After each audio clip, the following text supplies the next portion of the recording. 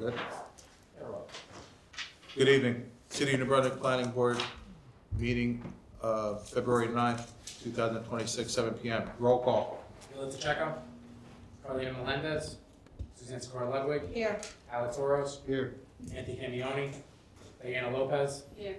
Zach Wright, Here. Mike Blackwell, Megan Conheeney, Bob Cardica, John Cox. Here. Public announcement. Please be advised that the notice requirements of the Open Public Meeting Act have been complied with and satisfied, that the annual notice gives sufficient notice of the time, place, and conduct of all public meetings of the planning board of the city of New Brunswick, that the following city clerk place an appropriate bulletin board in the lobby of City Hall, 78 Bayard Street, New Brunswick, New Jersey, and to transmit its official newspaper to the city of New Brunswick, England, the home of Chairman Charlotte. Salute the flag. I pledge allegiance to the flag of the United States of America and to the republic for which it stands, one nation, under God, indivisible, with liberty and justice for all. Minutes of the previous meetings.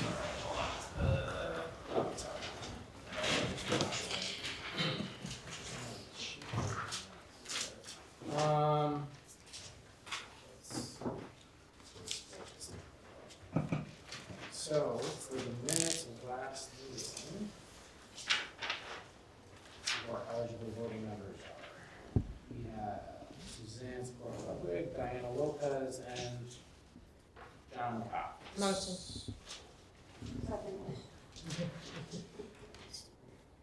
Motion with Suzanne. Suzanne Sikora-Ludwig, Yes. Diana Lopez, Yes. John Cox. Yes. Resolution memorialization, Universal Protein Supplements Corp. doing business as Universal Nutrition. And the eligible voting members for those are the same.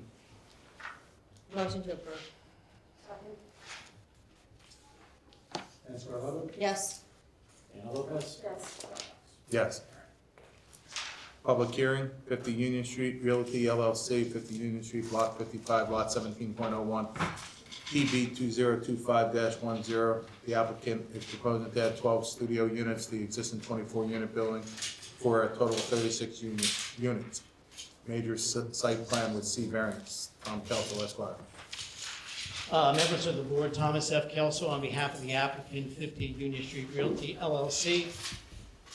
As the chair identified the project, this is for a preliminary and final site plan with variance approvals for the construction of a 12-studio unit addition to an existing residential building, which would result in a total of 30 studios and 6 one-bedroom units.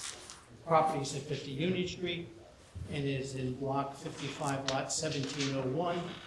It's in the IN1 educational institutional zone, with the College Avenue overlay zone being superimposed on that for our purposes, and the proposed use is permitted. There are a series of C variances that we are requesting. A few of these are existing conditions. First, we have a lot width of 75 feet, whereas a minimum of 100 feet is required. That's the existing condition. There's a front yard setback of 0 feet, whereas a minimum of 10 feet is required. A side yard setback of 0 feet, whereas a minimum of 10 feet is required, and both of those are a result of this being a corner lot. A rear setback of 0 feet, whereas a minimum of 25 feet is required, and a building coverage of 69.3%, whereas a maximum of 55% is permitted. There is a parking drive aisle variance of 21.3 feet, whereas a minimum of 24 feet is required. But we will provide some testimony with respect to that number may change slightly to be more conforming. And there is also a reference to limited decorative landscaping shrubs, whereas 2 foot high and 3 foot on center around the base of all sides of the building are required. Finally, there is a parking variance. We are providing 15 spaces, whereas 23 are required. My intent is to call 4 witnesses. Obviously, you're familiar with Mr. Mitch Broder, who is the principal of the applicant, and he will go first, and he's anxious. That's why he's standing up here already. Then I will provide testimony with regard to civil engineering, architectural, and planning to support the variances. If the board has no questions, I would call Mr. Broder for testimony. Please state your name, spell your last name for the record. Mitchell Broder, Broder. Do you swear or affirm to tell the whole truth and nothing but the truth? I do. If we could, please, I know you're going to have several exhibits. We're going to need to mark those separately because they were not submitted as part of the application. We do that. You can do it as you proceed. So Mitch, why don't you, I know you want to give us an overview of your project and the vision that you have. Sure, okay. Thank you, Tom, and good evening, members of the board. We are excited to present to you this evening the subject application for our 50 Union Street location. I would like to begin by sharing some context and notable details of this project. As you know, we have appeared before this board and the zoning board many times throughout the past 30 years. Along with the subject property, our numerous other Union Street projects have combined to transform Union Street from what was a mix of rundown fraternities and abandoned houses to what is today one of the more desirable locations within the 6th Ward. We even conceived and spearheaded an effort to brand the street with quote-unquote Union Street banners and poles. This was a project that we executed about 15 years ago and maintain the poles and banners to this day. With our experience and proven track record, we are here this evening to seek your approval for the proposed addition and renovations to our existing building at 50 Union Street. Okay, just to pause, the first one that you referenced, could be marking that? No. No, the first No, one. the first one that you referenced has to be Referring correct. to is this one. Oh, Right. okay. Correct. A1? Yeah. And as we go forward, each one of those remarks. Okay. This was the first property that we transformed in the 6th Ward. From an abandoned fraternity to renovated, safe housing. This was the first building of its kind, and it set a bar which defines redevelopment and zoning in this neighborhood to this day. And is that supposed to be this here? Yes. So that's A2. Does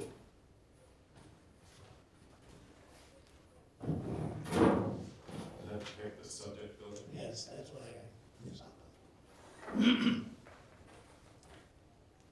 Why don't you put up on, you need to put it up there, statements. The current building consists of 18 studio and 6 one-bedroom apartments. Along with our other locations, this building is well-maintained and operated. However, it is dated and lacks the amenities that are typical of today's newly developed apartment buildings. We are proposing to build a 12-studio unit addition, which will also serve as an enclosed garage in place of what is currently an exposed surface parking lot. Aside from the obvious improvement in safety, the proposed parking garage will provide a much more desirable parking environment for our residents.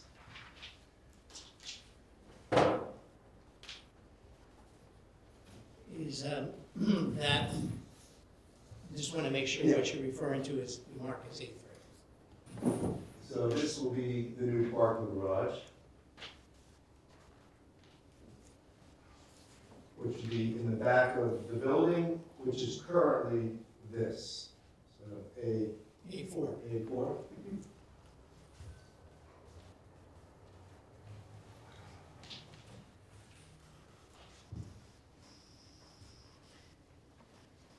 This garage will have a full door and lighted entrance and lighted interior as well. This will also eliminate instances of unauthorized vehicles parking illegally in our lot. In this neighborhood, as you can imagine, this is a real problem. Not that it's funny, but coincidentally, my partner Les Solomon and I were on site a number of months ago looking at this project and coming up with certain concepts. And literally while we were standing there, this vehicle was illegally parked in our parking lot. And we had to ask him to leave. So I just wanted to take a picture of it because at the time I knew I was going to be coming here and seeing you guys, and I figured it would be appropriate. That's 85. Not to mention the added challenges that the weather brings to exposed parking areas. The recent snowstorm is still wreaking havoc with our parking lot. We have snow piles encroaching on many of the stalls as well. Another critically important improvement will be a new mail and package room. The current building reflects a world without Amazon, as this was the condition 25 years ago.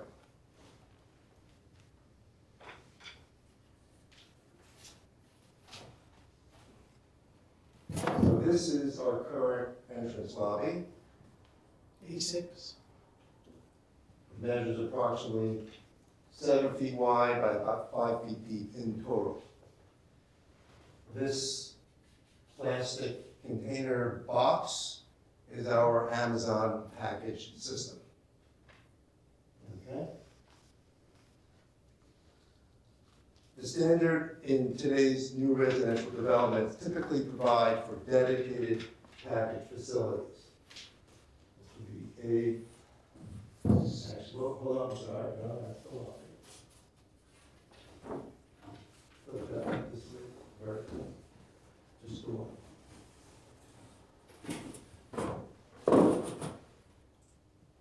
This will be A7. Yep. So this will be a dedicated package facility. Along with the new package room, we are proposing a spectacular new entrance lobby with mailboxes. A8. A8. Lastly, we are providing a new laundry room, gym, and lounge on the second floor. A9.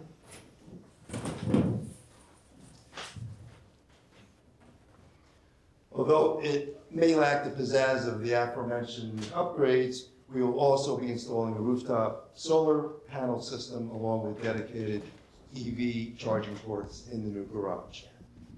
Along with the entire exterior facade and garbage facility upgrades, this will essentially feel like a new building, and it will be a significant upgrade to the neighborhood. As we have done before, we believe that this project will set a new bar for multi-unit building upgrade and renovation projects in the city. This approximately $5 million investment will reset the property for many years to come. It will help to improve the neighborhood. It will provide a significant rateable increase for the city, and it will dramatically improve the overall resident experience. We have an excellent working relationship with the city's construction and engineering departments, and I can assure this board of a smooth and expeditious construction process. We'd like to thank you, the board, for your consideration of this application, and we look forward to your continued support for our work in the city of New Brunswick. Thank you, Mitch. Does the board wish to ask any direct questions? Any board member or professional have any questions at this time? The surface lot that you had prior, how many cars did it hold? I don't know off the top of my head. I think it's 17. Okay, and this new building was how many? You're catching up for it. Frank's going to address all of those answers. Thanks, Any, Mitch. okay. Any other questions? Seeing none, your next witness. Thank you for doing the most exhibits that I've had in a long time. That's the first witness. I apologize. They're great pictures.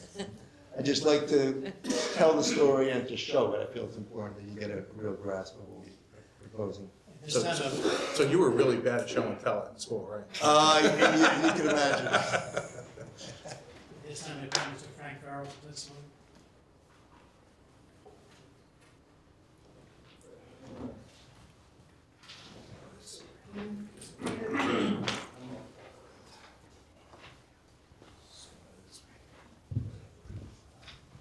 See what you did, you had a traffic jam. Tom, it's a minor price. I think you want to, Just please state your name, spell your last name for the record. Frank Farrell, F-A-R-R-E-L-L. Do you swear from the whole truth and nothing but the truth? I do. Mr. Farrell, you have been before this board before, correct? Yes, I have. Have your credentials changed in any way since the last time you appeared before this board? Thank you. We'll accept you as an expert. In engineering. And engineering, thank you. if you will, Frank, rather than me ask you specific questions, if you could go through the civil engineering components of the project, covering all the essential elements, and any reference to the engineering review that was done by the city to do this. To answer the questions first, 17 and 15 respectively. We'll have to rate our thoughts to the site. So the plans that I'm referring to this evening are the same plans submitted to the city, they've not been edited.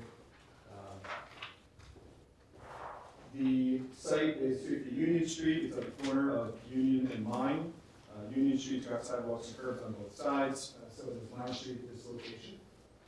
And it is 12,750 square feet, which is in excess of the CAOZ, or the College Avenue overlay zone requirement of 10,000 square feet. So it's a conforming lot size. The underlying zone is the IN1, but for the purposes of this application, we're reviewing this under the College Avenue overlay zone requirement.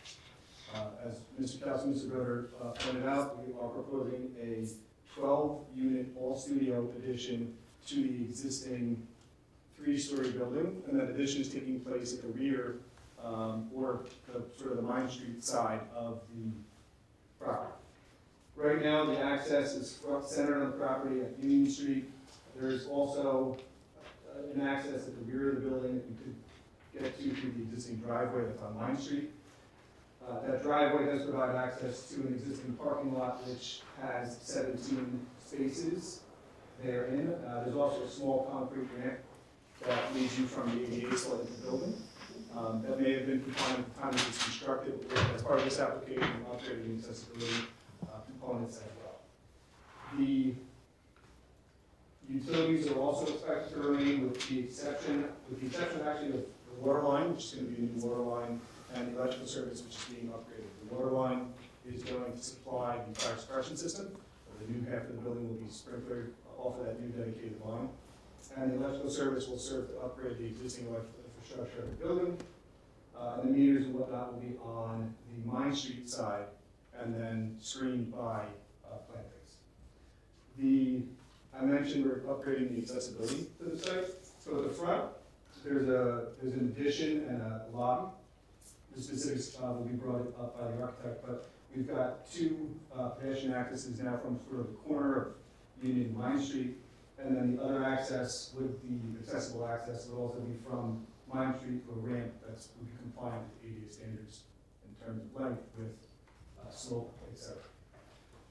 The addition is generally square or rectangular in nature.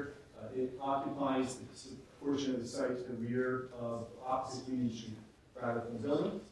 And it is going to enclose, which is why there's the 0-foot setbacks, the entirety of that existing parking area. So 0 front, 0 side, for the rear at these 2 locations. There is a note in the engineering and planning report that notes what might have been misinterpreted as a narrow parking stall.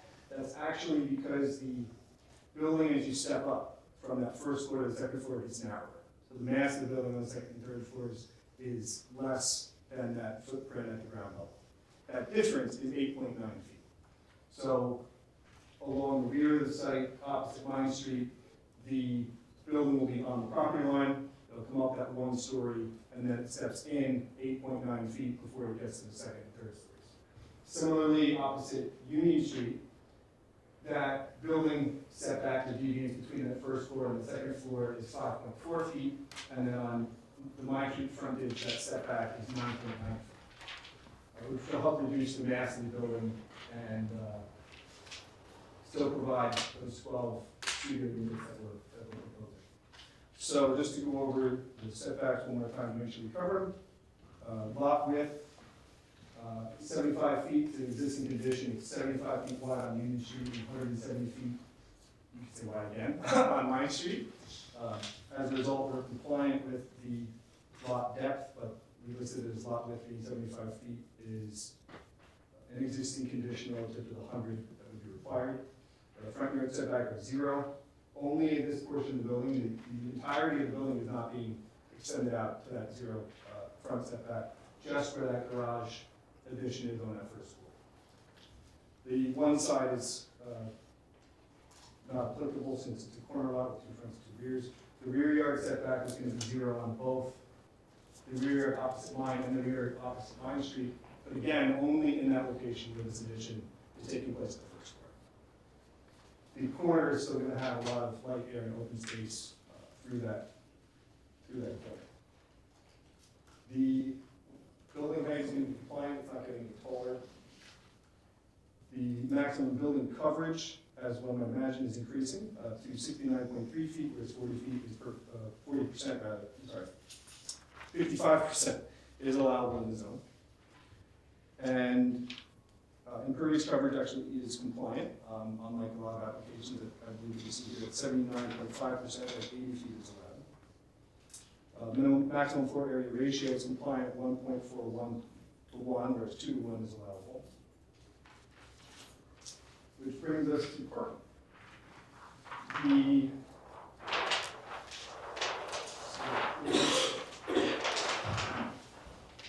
The parking area is going to be accessed off pretty much that same driveway on Mine Street, where the existing parking lot will be covered. So instead of, and as a result of upgrading the ADA requirements, being parking stall width and aisle width, accessibility requirements, we lose a parking stall, or actually 2 parking stalls. So we're 17 now, there's going to be 50. They're all 90/18 in width and depth. And then the interior of the parking lot has, it says a 21.3 foot aisle width. That's really just measured between the columns. There's going to be some effort as the architect will move into the design construction drawings to increase that if we can, but we believe that the 21.3 feet is sufficient. It's not a major corridor, and that narrowness really only occurs at limited instances through that parking. After parking in this garage area, you have access through a door in between the existing, what would be the back edge of the existing building and the addition, which gives you access to the door at the first floor and also the ramp that would be out near Mine Street.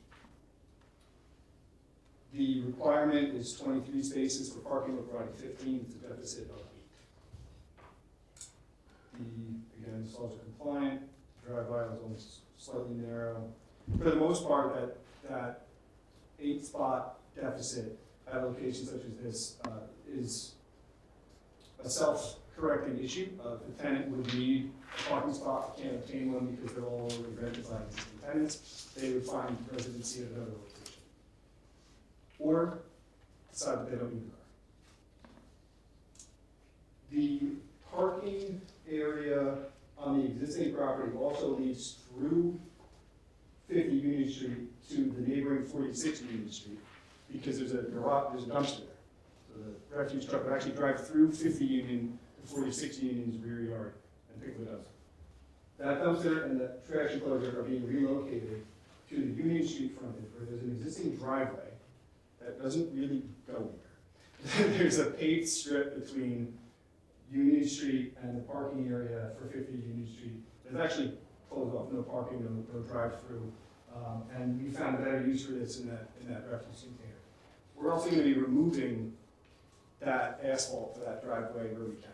So we're actually increasing the amount of green space along this portion of the property, and as a result, we're getting much closer to providing complete and surrounding landscape plantings, albeit those 0-foot setbacks make it difficult in those locations.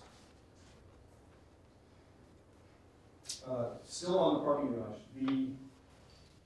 in several meetings with your professionals, we identified that there's a need to provide high visibility as we move in and out of that garage space, and we're going to provide mirrors on the columns nearest the entrance or egress, so that as you're backing out of stalls 1 and 15, you have the opportunity to see sort of around that corner. In addition to the fact that I believe you'll see on the architectural plans and renderings that there's some larger windows at that location as well. So as you're pulling out of the garage, it's not a solid wall that you can't see through. You actually have the ability to see pedestrians that might be on the sidewalk. There's also a stop arc provided before the sidewalk, so that any car egressing the parking lot will have to stop before they move across the sidewalk to eliminate or minimize the opportunities for there to be conflict between vehicles and pedestrians.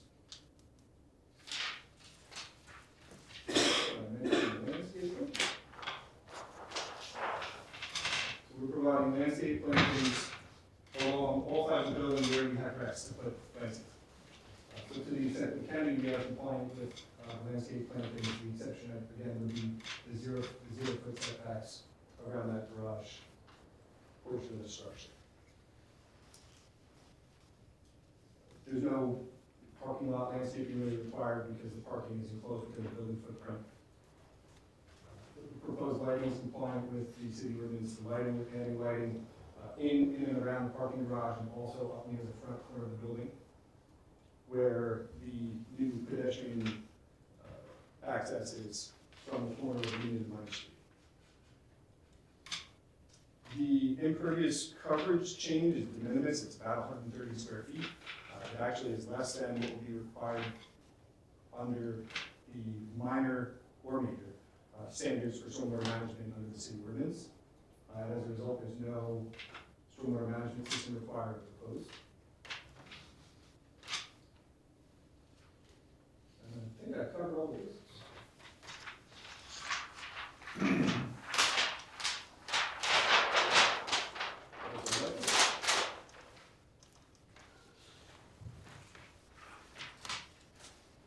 And to the extent that we would otherwise be required to, I believe we can comply with any other outstanding comments in the engineering and planning letters if I haven't already addressed them directly. I think I covered most. Excuse me, you have reviewed the latest report from Yes. the engineering review, and what you're indicating is that we can comply with any comments that are. Yes, I am. I'm doing the best. You done? Yes. That's all I have. for Any Mr. member, Farrell. any member of the board professional have any questions for this witness? Seeing none. Can either one of you tell me what the uses are in the surrounding area? The uses in the area generally are institutional, residential in nature. And We're in the IN1 zone, or the IN zone, so it's institutional. A couple of buildings, I believe, are owned and operated by Rutgers University. Several others are similar uses, multifamily. And well, I think I already know the answer, but why is it that you can't make it a lot larger than the 75 feet? Because the neighboring properties are occupied and structures are situated on there. Any other questions or comments from the board or board professionals? Seeing none, next witness, please. At this time, I would call Mr. Pietro Rosado, if that's all right.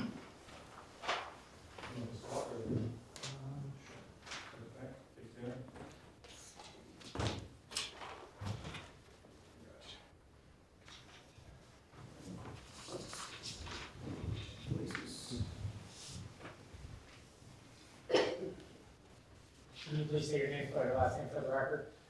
Pietro Rosado, R-O-S-A-T-O. Do you swear or affirm to the whole truth and nothing but the truth? I do. Excuse me, Pietro, you're a licensed professional architect of the state of New Jersey, is that correct? Yes, I am. In that capacity, you provided architectural advice in developing the plans for this project, is that correct? Yes.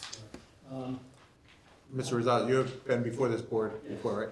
Have your credentials changed in any way since last time? No. And your license still in good standing? I will accept you as an expert in architect. Thank you. If you would, Pietro, then, rather than ask you specific questions, run through all the architectural components of the building, interior, exterior, floor plans, and so forth. Okay. All right, so the project proposes a two-story addition towards the front of the building, which is depicted on DB 100, and a three-story addition towards the back of the building. We're proposing to add 12,997 square feet to the existing building, which already is approximately 9,366 square feet. The existing building, as mentioned before, has 12 studio apartments and 6 one-bedroom apartments. and we're proposing 12 new studio apartments.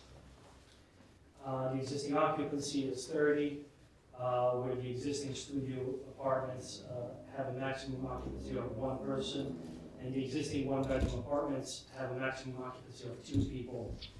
The proposed studio apartments will have a maximum occupancy of 2 people, where the proposed total of the occupancy is 24 people. The total occupancy altogether of the existing and proposed will be 54 people.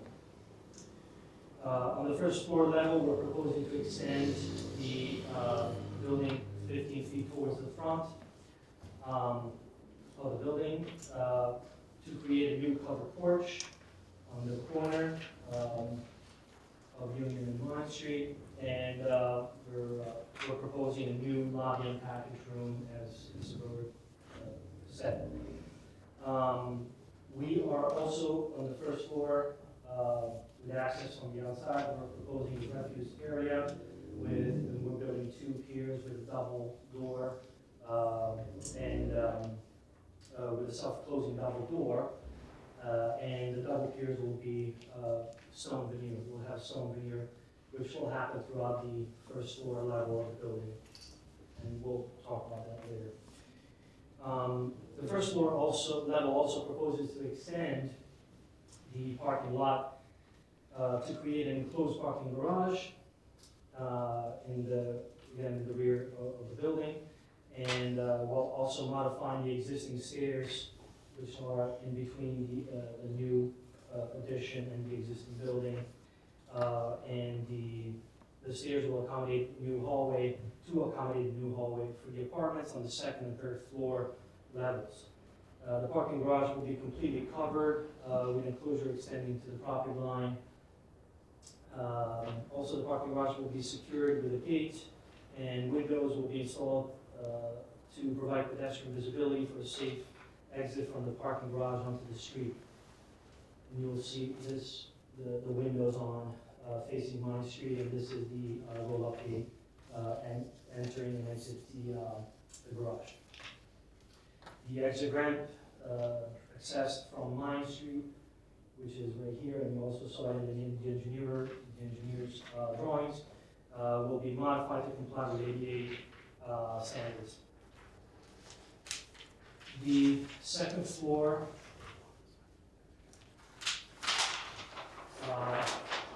second and third floor are depicted on ZB 101.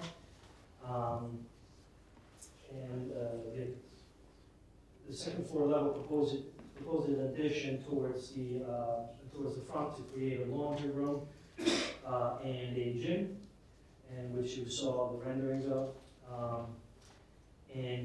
This will be the second laundry room. There's already one existing in the current building. The rear addition extends over the parking garage, which is 60 foot deep by 56 feet wide, to create 6 studios apartments, which you can see on the left side. These range from 512 square feet to 544 square feet, where each studio apartment proposes a kitchen, an open floor plan, and two beds, 2 desks, and a bathroom and 3 closets. The third floor level does not propose an addition towards the front. The front will have a flat roof, and only towards the rear, which shall also create 6 studios apartments, and they are exactly the same layout as the second floor.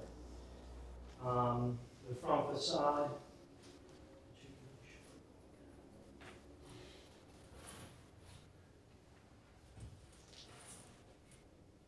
can kind of see it here. We will add a parapet wall to hide the gable. The existing gable. Excuse me, I think we can mark that A9. 10. 10. A10.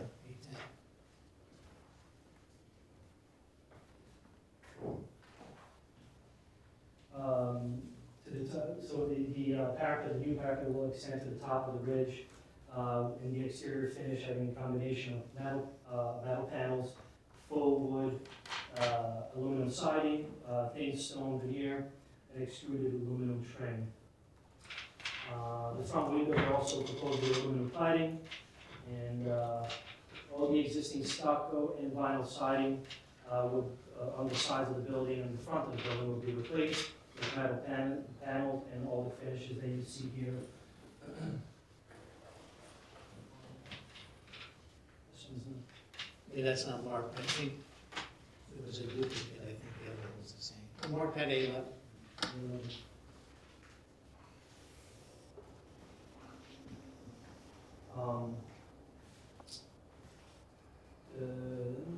So this, so throughout the entire project, we're using this same materiality to create a more harmonious and consistent look.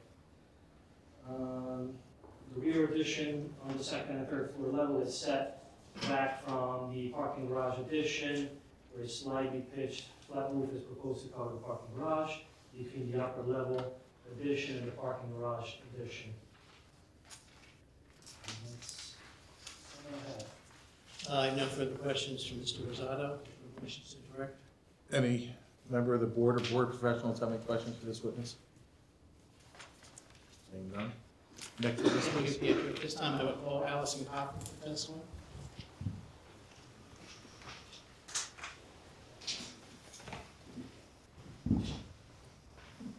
Hello. Can you please state your name, spell your last name for the record?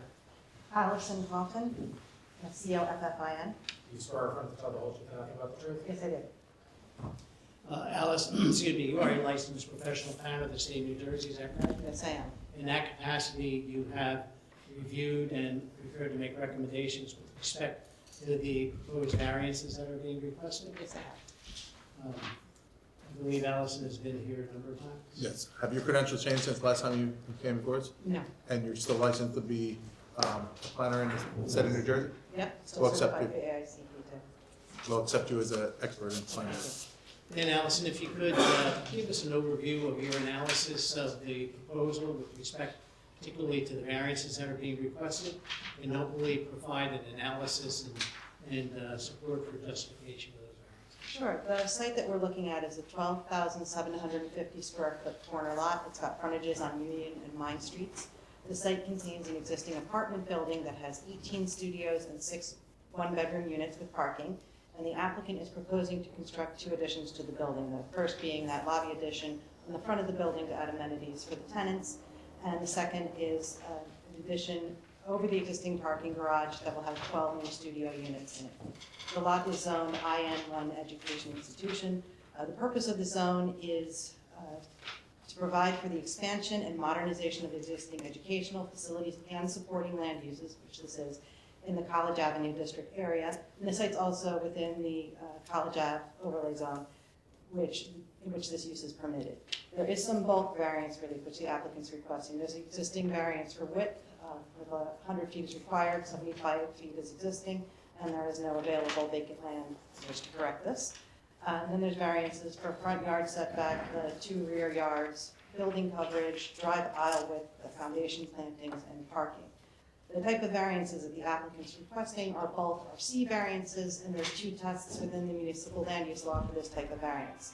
The first standard is the C1 standard, the hardship variance, and that's appropriate when a lot's unique shape, topographic conditions, or pre-existing legal structures create a hardship, and that standard is applicable in this case to that lot width variance. That's a very clear hardship situation. The second standard is the C2 standard.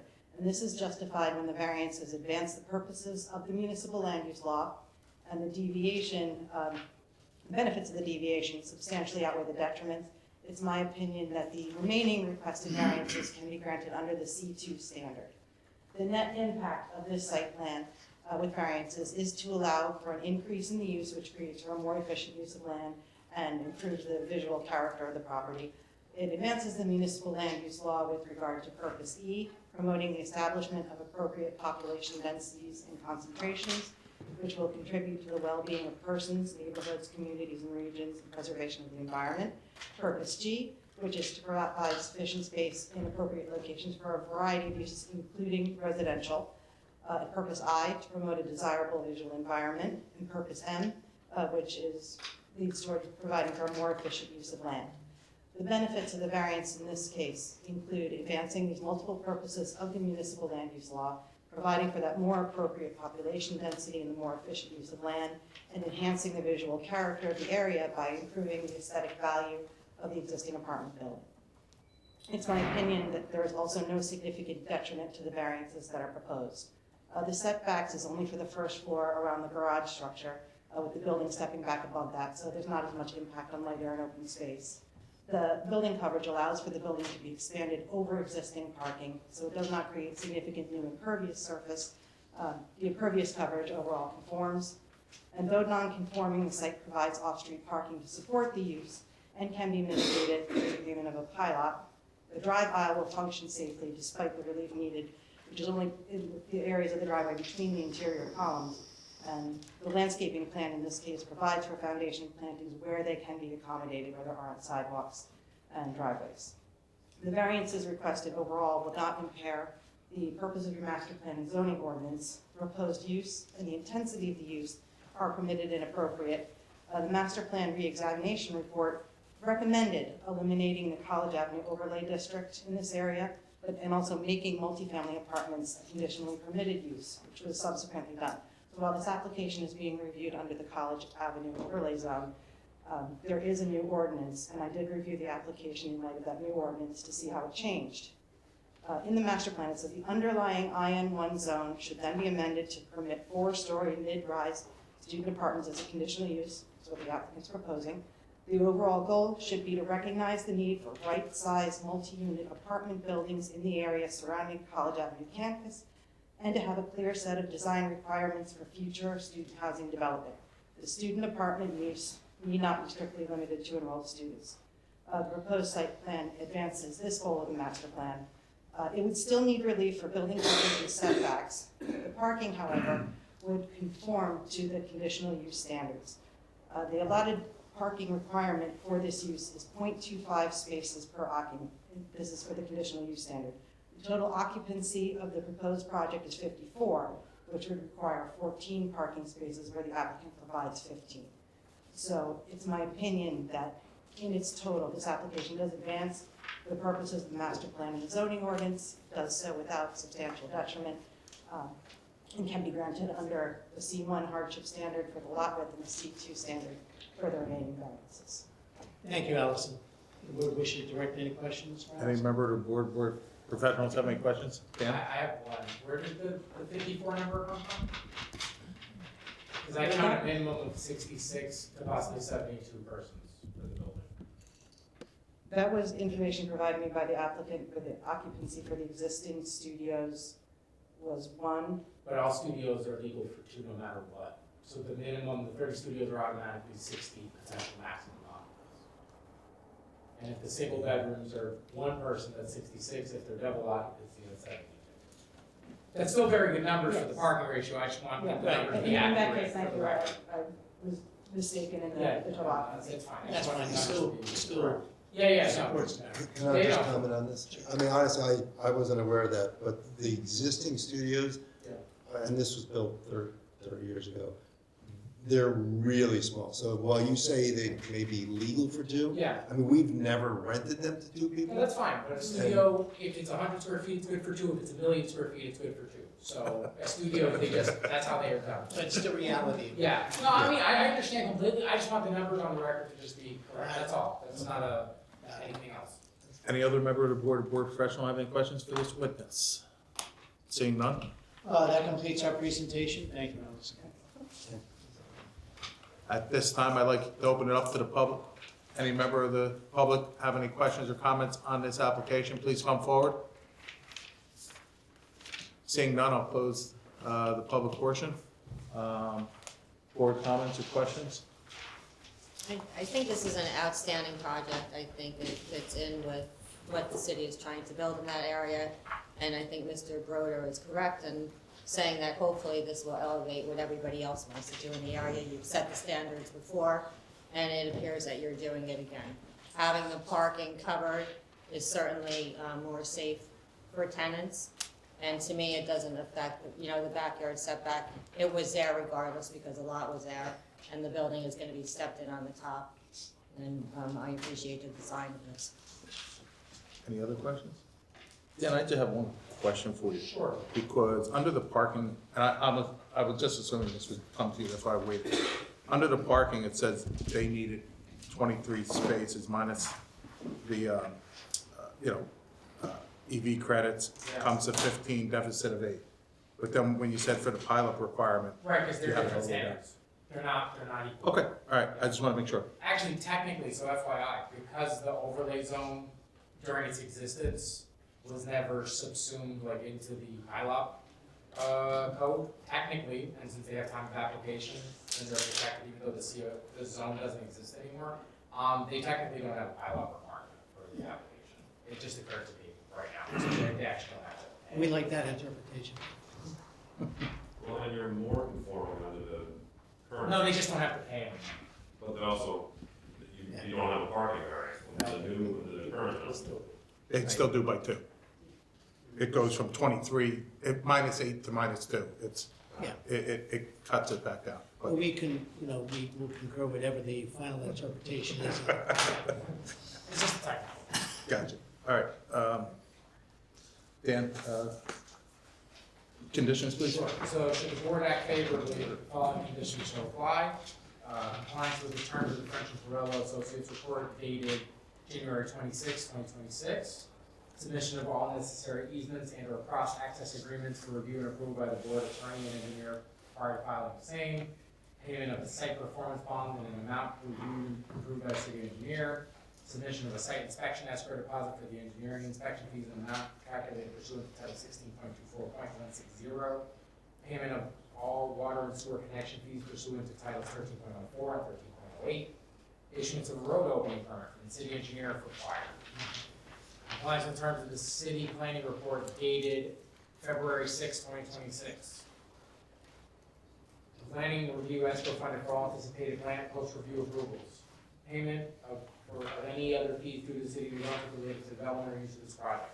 Payment of all outstanding taxes and water and sewer fees. Middlesex County Planning Board approval or waiver. DNR Canal Commission approval or waiver.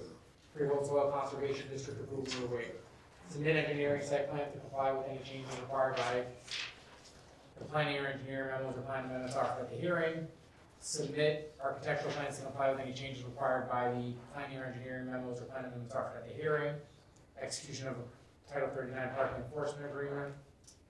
All utilities and other site improvements to be maintained by the applicant at their sole expense. All on-site utilities to be constructed underground. All temporary encroachments in the public right-of-way shall require city council approval. All construction staging shall be done on-site unless an encroachment allowing to the public right-of-way is approved by city council. Streets shall be kept clean of sediment and debris. The applicant shall cause the streets to be cleaned if directed to do so by the Director of Public Works. Tracking pads shall be installed at all construction exits. Replacement of damaged streets, curbs, and sidewalks as per the direction of the city engineer. And for variances, let me just make sure we're on the same page here and do this one. Open that. So I've got one for minimum side yard, rear yard, building coverage, and design waivers for parking aisle dimensions and for foundation planting. Does that sound right? And parking. Oh, and parking, yeah, that's a variance for parking. One thing, permit parking. Well, yeah, we waive those. Okay, so also for conditions, waiver of permit parking. Right. Motion to approve based on the aforementioned conditions.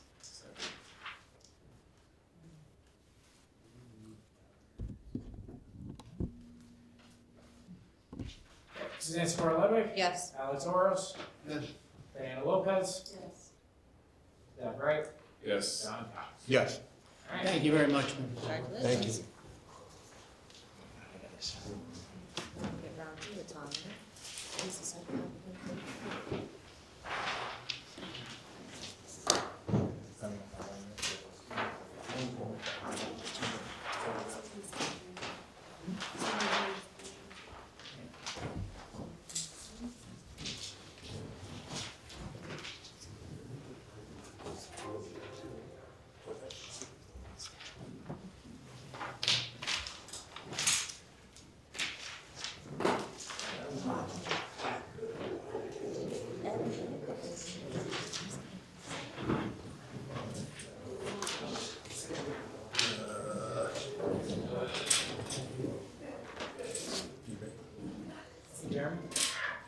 Pop the window open. I don't know how if you guys are holding on that side, but I'm still a little close.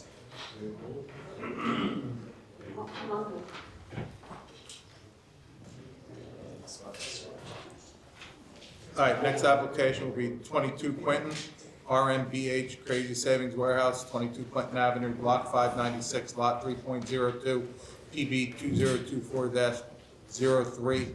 Preliminary and final site plan application with C variances to expand an existing warehouse located in the zoning district I2, Tom Kelso, Esquire.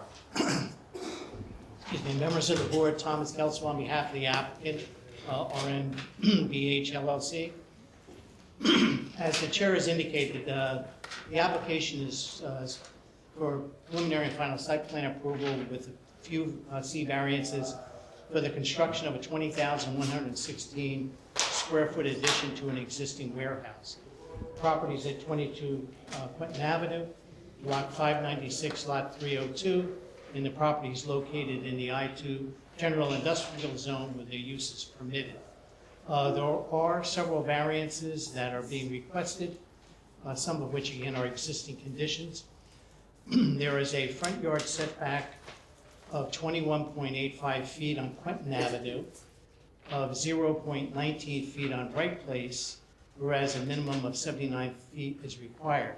That's an existing condition because it's an existing warehouse. There's a rear yard setback of 0.6 feet on the existing building, whereas a minimum of 75 feet is required. Again, that's an existing condition. We're now seeking a rear yard setback of 8.4 feet on the new addition. So you've got the portion of the old addition is only 0.6 off of the property line, but now the new addition will be 8.4 feet off of the property line, but it's still a variance condition. There's a lot coverage of 62%, whereas a maximum of 50% is permitted, and an impervious coverage of 89.4%, whereas a maximum of 85% is permitted. So it's fairly close to what's actually permitted there. Now, there's a building height of 53.27 feet for the existing warehouse, whereas a maximum of 50 feet is permitted, but that's an existing condition, and as we typically do, we identify existing conditions as a variance to be approved, but it actually exists already. And then, excuse me, the proposed height of the new addition, so you can compare the two, is 40 feet, which meets the height requirement. It's less than the 50 feet requirement. So we point out the building height only because there's an existing building that doesn't meet the condition, but we're not changing that. Again, overall, this, just to give a little bit of an understanding of this property has a retail component of the building that was approved previously as a use variance by the zoning board. The warehouse is permitted use. The application is to extend the warehouse, but I'm not changing the retail use. The retail use remains the same. So it's not a factor for the board, but we wanted to make sure you were aware of that there is a retail component here. So that's an overview of the application. I know I have 3 witnesses for you, and I know that there were several questions that Todd had raised in the Bignell report, and we'll attempt to address those through testimony. Just before you continue, any member of the board have a conflict of interest with this application? Seeing none, okay, go ahead. Okay. First witness. At this time, I will Mr. Frank Farrell for testimony.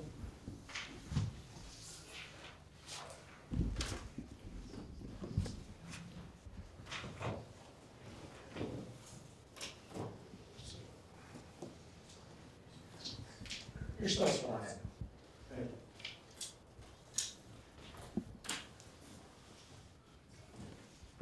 you. I sort of continue to tell the truth. And have your credential changed since the last time you? All right, Frank, if you could please, then would you run through the overall civil engineering components with regard to the application for the addition? And to the extent that certain of Todd's questions are answerable by you versus the architect, you might want to touch upon those. Absolutely. So the property is located at 22 Quinton Avenue, another corner property, at the corner of Wright Place and Quinton Avenue. It is 411 feet of frontage on Wright Place and 700 feet of frontage on Quinton Avenue. The lot is 295,235 square feet, which is 6.8 acres. It is currently developed with a warehouse, and then interiors, Mr. Kessler mentioned, there's an existing retail storefront and supporting offices that are not being changed. But the application for you this evening is the warehouse addition, just over 20,000 square feet, which will actually take place on the rear yard opposite Quinton Avenue.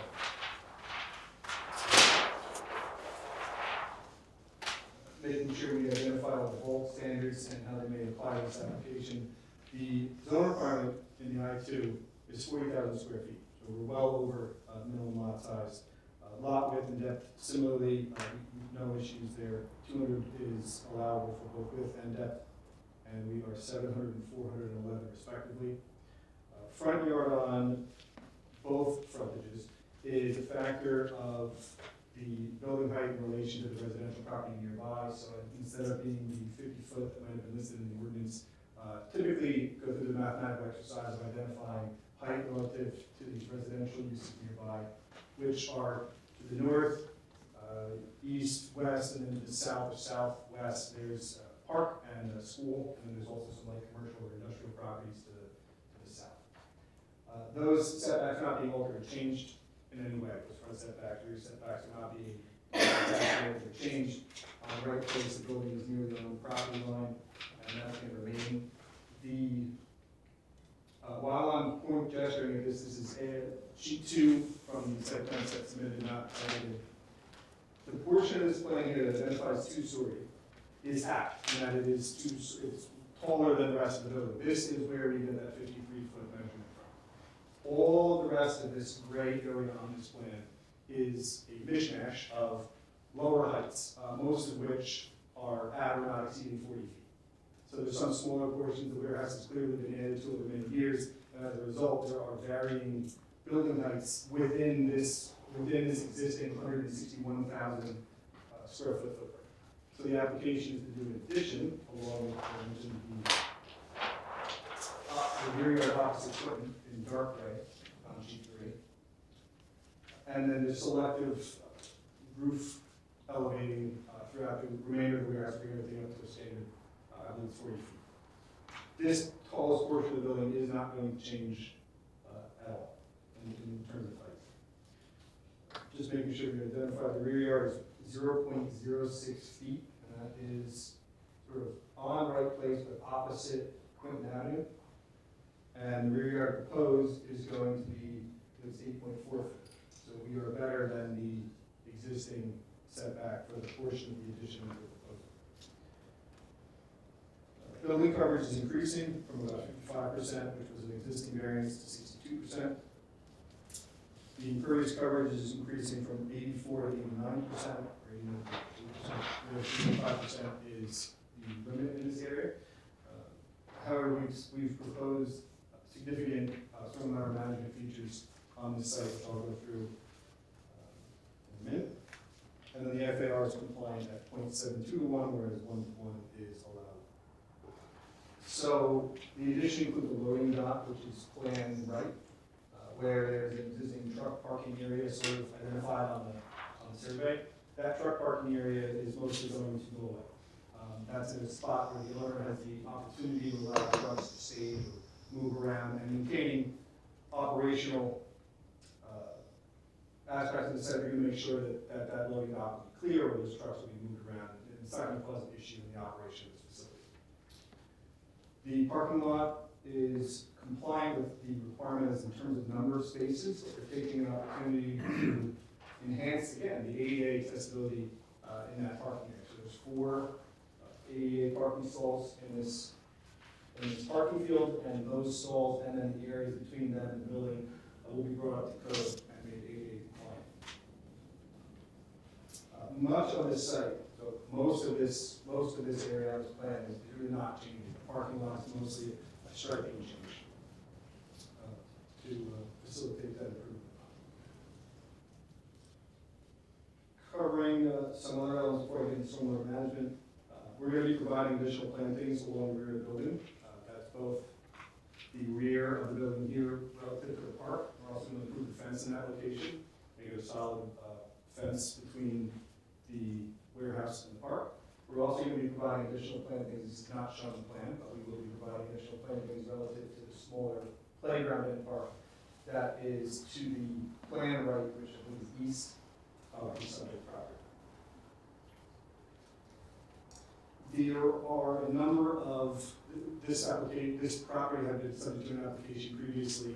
There were lighting requirements that were associated with the prior application that in my visit to the site, in my experience with this property, they've been done, right? So there were old beam light poles, all lighting out there is brand new. So to the extent that we can, we would request that rather than reproducing a lighting plan, that we're going to test the lighting that's already out there and make sure that it is compliant with the city's requirement for lighting, and to the extent that it might not be, we would be upgrading it to make sure that it is compliant. There's really no issue with providing compliant lighting on the site. There's some tall light stanchions in the parking field along the front, and to the rear, there's really no issues with neighbors or light spillage, because there's no residences that are on that rear side of the site. The same goes for certain fencing requirements. There used to be barbed wire fence. There's no barbed wire on the fence anymore, but we're even going to take the arms off and beautify that frontage as well.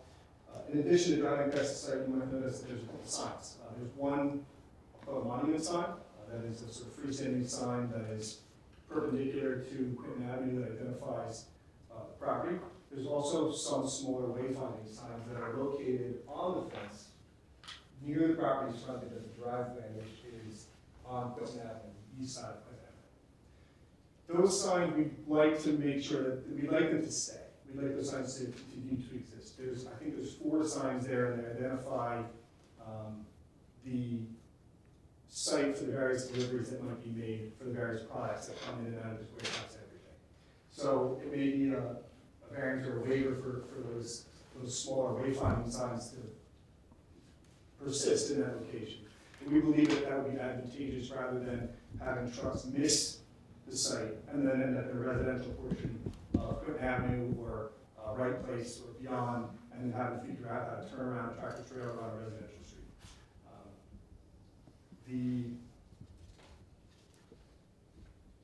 And to the extent that any of that existing signage would need to be maintained or improved, or if some of it is redundant and should be removed, we would certainly be doing that as well at the board's request. No new utilities are proposed. Any existing water, electric, whatever it may be, is going to be extended through the existing building to service the addition. And for the most part, everything is stormwater management. So there's a benefit to this property that if this application were not before you this evening, usually the requirement is do no worse than we're doing today in terms of stormwater management. No increase in runoff. As a result of the scale of this project being 20,000 square foot addition, it actually constitutes a major development in terms of the city's stormwater management ordinance. As a result, we have, I'll say 3, although it is a little bit complicated, but there's 3 separate areas where we're addressing stormwater management. And the result is a benefit to the peak runoff rate and volume associated with the site and post-development conditions. So it's not just not worse, it's actually an improvement. So just to give you a little bit of background, if you've read some of the engineering and planning memos, there's an existing 36-inch storm sewer that nearly, I'll say, bisects the property, but it actually runs underneath the existing warehouse. Slightly unusual configuration. It seemed to be at least partially abandoned in our investigation of that line. I was looking into manholes inside the warehouse that are about 10 feet deep on a very rainy day a couple of months ago, and there's very, very little water in this system, despite the fact that there are some resources that could tell you it's a much larger drainage area. I don't see it.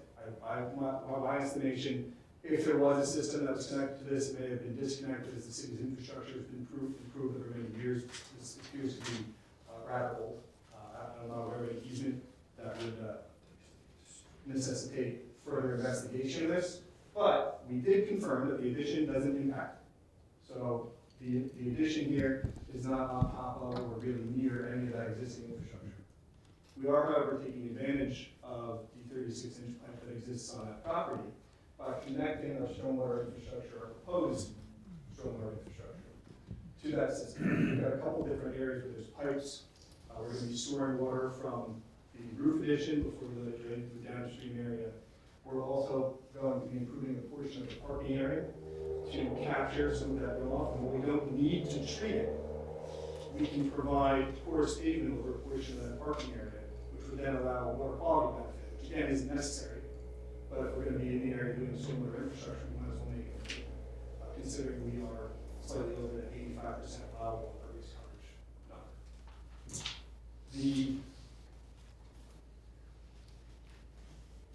There will be no negative impact to downstream properties or facilities, and actually I suspect that the city's stream, the park, and downstream infrastructure from this may actually see some benefit as a result of this application due to the decrease in stormwater runoff that is being provided through this application. There are some odds and ends that we need to finalize between the different details of the plan and the plan that we've got enough real estate that I believe we can comply with the efficiencies that may have been noted in the engineering review. There's also some questions of water utilities in the area. We're in touch with the city's water utility, and we will endeavor to maintain contact with them throughout the investigation or construction permitting process to make sure that any water infrastructure on the property is appropriately maintained and secured. There may be a 10-inch line that has some mapping, we don't know even if it's been abandoned, it's active, but clearly it's underneath the property, and we can certainly provide protection through encasement or whatever the city's water utilities require to make sure that infrastructure is maintained. I have no further questions for. Any member of the board professionals have any questions for this witness? I have one about the sewer line that's going through the middle of the property. Did you run cameras through to see if it's abandoned or if it's clogged somewhere so that it's free flowing? Our investigation ended at the sort of the edge of the property or the edge of the building on the place. Okay. We couldn't get any further access from that location. The manhole is about 10 feet deep, and while the other manholes had ladder rungs and were generally in aging but okay condition, that one wasn't safe to get in to continue the camera upstream. And we also investigated the property across the street. We went up and down the right place. We were all over the neighborhood looking for some indicator of where that system continues through, and we weren't able to find it. So to the extent that we can say that this project is not impacting directly this existing infrastructure, that is true. The magnitude of where that might, what might be clogged or coming from somewhere else is sort of beyond the scope of this project. But it's clear all the way to the property line and it goes into? Yes, it is clear all the way from the outlet here through the other end of this property. Okay, all right. And there was video, and I witnessed the whole thing. All right. I just want to double check with that, but please. Do you, okay, so the building addition at the building is in the dark gray. Correct. You have a setback to the nearest property line of about 8.5 feet. Correct. It looks like you have some sewer inlets and some other things in there. Yes, you- So the landscaping that you're gonna provide, you can't put it in that area. We're going, so we have about 8.5 feet. I think we're gonna, you're identifying where that pipe conflict may interfere with the larger planting. So we're gonna have to, maybe we have to shift the pipe a little bit. So here's what I wanted to ask you, is put you on the spot a little bit. Do you have enough room in there to put both the sewer line, the inlets, and landscaping, at least have something to survive? Or does it make more sense for you to approach the Parks Department in Archibald Park and ask them if you could donate or provide it on their side of the line, so that inside the park, you're not looking at the side of your building, you're looking at a nice row of the fence, the trees, whatever, so just sort of like visually from inside that park, sort of see the big wall of the warehouse, and maybe it'd be mutually beneficial for both parties to, from inside the park, for you to provide the row of trees on the park's property, you're gonna plant them, you donate them, park will be responsible for maintenance, of course, it's on their property, but they grow and make a green wall of, you know, vegetation, and then you don't have a conflict with your sewer lines. We would, on behalf of the applicant, we would volunteer to make that inquiry because it makes sense. Yeah. You know, But obviously, they would have to. They have consent to accept, of course, so In the event that they can't, we would find we'll have to appropriate find another- sized plantings. So on the back end, you'll have to just work on that, not get their permission, and maybe you can provide just a sketch of what's gonna go where along that property. Yeah. I think that's a good solution. Any other questions or With comments? these improvements, is there gonna be any improvements to the front facade of the building that does face residences? There's going to be improvements to, I believe, there was graffiti noted in one of the reports. The building will be cleaned up as part of this application. I defer to the architect regarding any significant modifications to the facade. But the answer was, because it was a question that was raised by Todd, and that we are going to remove or repaint, and we'll provide details to the building department for that. It's on the Yes, right, it's on the right place frontage. it's in the right placement. Yeah, let's make whatever we're talking about contingent upon. I mean, this building has always perplexed me because it's very much so in a residential neighborhood. And the streets that those 18-wheelers come down are really one-car streets, and people live on them, and kids play there. It's odd that it's there, it's odd that it functions that way, and I really think that whatever's done here should take care that it does exist wholly. I know you're talking light residential, light industrial, blah, blah, blah, that's a school up the block. It's surrounded by housing. So it should fit into that neighborhood, and you should make special effort to do so. And I believe that we made, I had mentioned those wayfinding signs, I think would be an improvement to that regard. Those don't matter, man. Once you come in off of Jersey Ave, you're in somebody's backyard. It's a really funky thing, but it predates a lot of stuff when we didn't know what we know, and now we know what we know. So, you know, whatever you're gonna do, make it cool. Any other questions or comments? Seeing none, the next witness, please. Yes. This time I will call Mr. Allen Ziegler for testimony.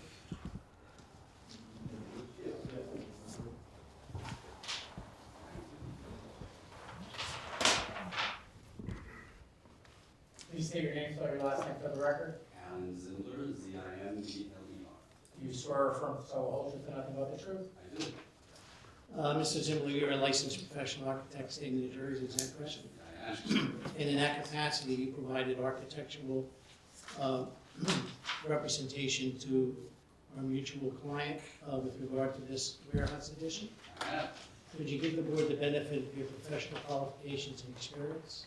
I have been a licensed architect for more than 30 years. I have my own practice in New Jersey. I'm registered in New York and New Jersey. I have appeared before this board previously as part of the application where they had implemented the retail portion of the project. I've also appeared before numerous other boards, East Brunswick, Freehold, Old North Shore, so forth. Well, except you as an expert in architect.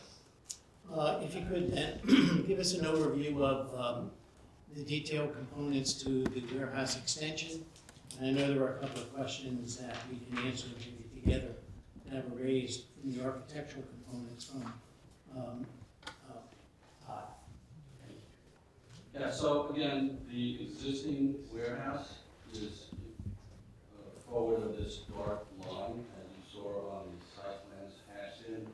The existing warehouse, I believe, is more or less 150,000 square feet. And what we are proposing is to extend the portion of the warehouse back. This is about 46 feet. The length of it is about, I think, about 520 feet. So altogether, this addition back here is about 20,000 more or less square feet. It's towards the rear of the building. It's a very plain structure. We are removing portions of the exterior wall that exists now and just extending the existing warehouse function into this space. Previously, we had done a retail use that we received variance for, which is forward of the warehouse along Clinton. We're not doing anything with respect to that. We're not touching any of the retail. What it is remains. It is purely an extension of the warehouse occupancy. As mentioned previously, there are a number of sort of melange of different roof heights through the various different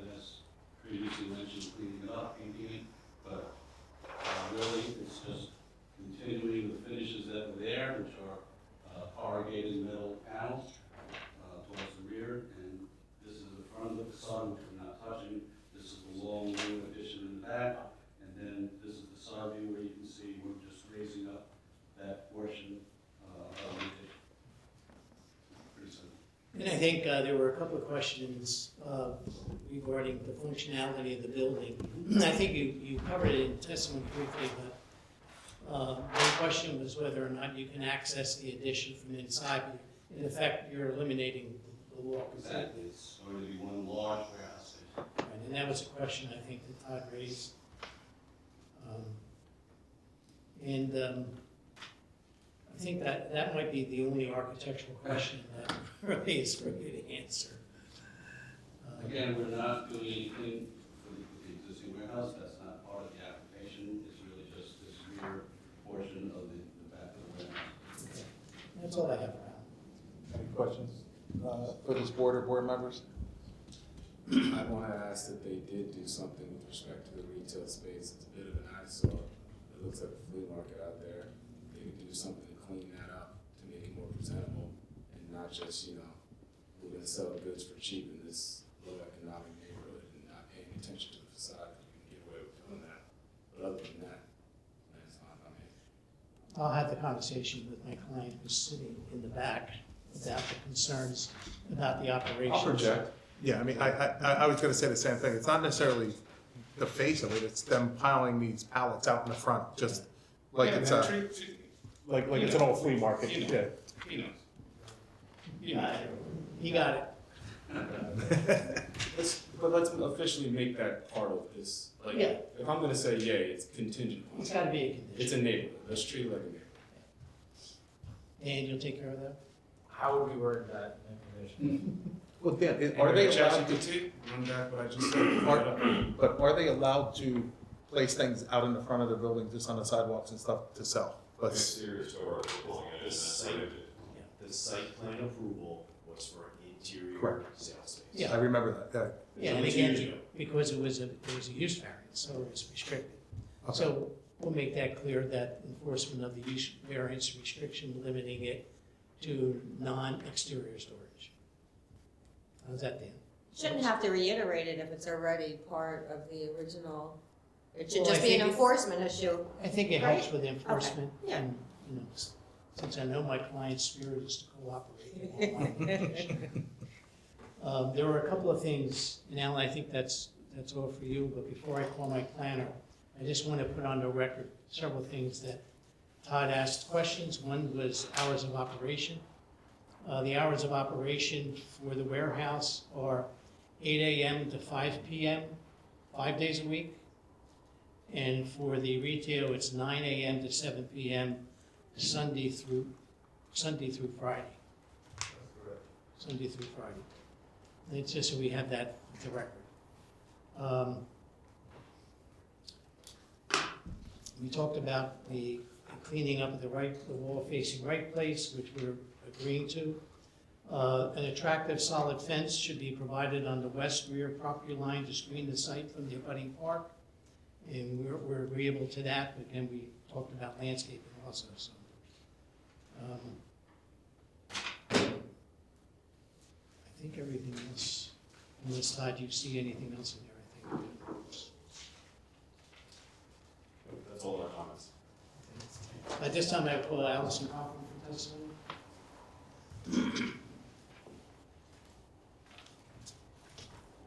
You're still smiling. I'm still licensed, and your credentials didn't change in the last 20 minutes? not that I'm aware of. All right, we'll accept you as an expert or planner. You could, Allison, and again, same question. You've done an analysis of the request for the variances here, Yes, I have. and if you could give the benefit of your review and your conclusions with regard to those variance requests. Sure. The property that we're looking at with this application is a 6.77 acre lot. It's got frontages on Quentin Avenue and Wright Place. It's developed with a large warehouse building and associated parking and loading. And the applicant did previously receive approval to operate a small retail store in the building along the Quentin Avenue frontage. The applicant proposes to construct a 20,000 square foot and change addition to square off the southwestern side of the building. The site's located in the I-2 general industrial zone, so the warehouse and office uses are permitted, whereas the retail store exists by way of D variance. There's some existing variance conditions on the site which aren't being impacted. It's the front yard setback, the rear yard setback of 0.6 feet to the existing building, the building height of 53.27 feet to the existing warehouse. The proposed addition is a conforming height. The other variance relief that's required, that's new, is a rear yard setback of 8.4 feet to the addition, building coverage of 62% where 50% is permitted, and an impervious coverage of 89.4%, which is a slight increase where 85% is permitted. So the variance relief that's being requested, again, is bulk or C variances. The front yard, rear yard, and building height are existing conditions which cannot be reasonably eliminated, and they would be justified under the C1 hardship standard. The rest of the variances would be addressable under the C2 standard.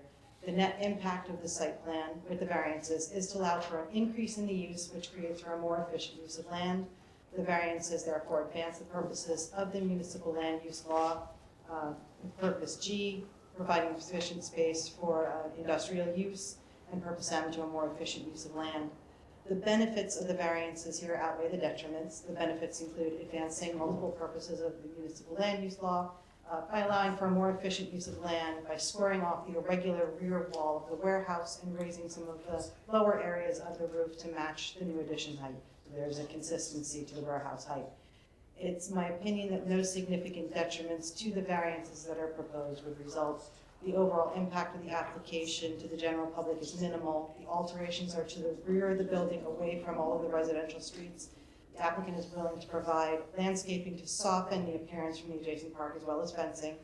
The proposed setback, though non-conforming, is greater than the existing rear yard setback on that side of the lot. And the expansion in building coverage is mainly over existing paved areas, which mitigates the impact. And there is a slight increase in impervious coverage, which has been handled through drainage improvements, which reduce peak stormwater runoff, improving the city's downstream drainage system. The variances that are requested would not impair your master plan or zoning ordinance, as the use and the intensity of the use are permitted, and the application advances a specific master plan goal of encouraging appropriate industrial development by making improvements to an existing older industrial building, both by squaring off the irregular rear wall and providing a more uniform and modern building type for most of the structure. Thank you, Allison. Any member of the board or board professional have any questions for this witness? Seeing none? Thank you. Completes our presentation. Okay. At this time, I'd like to open it up to the public. Anyone from the public have any questions or comments on this application, please come forward. Seeing none, I'm going to close the public portion. Dan, a board discussion? Anyone have anything?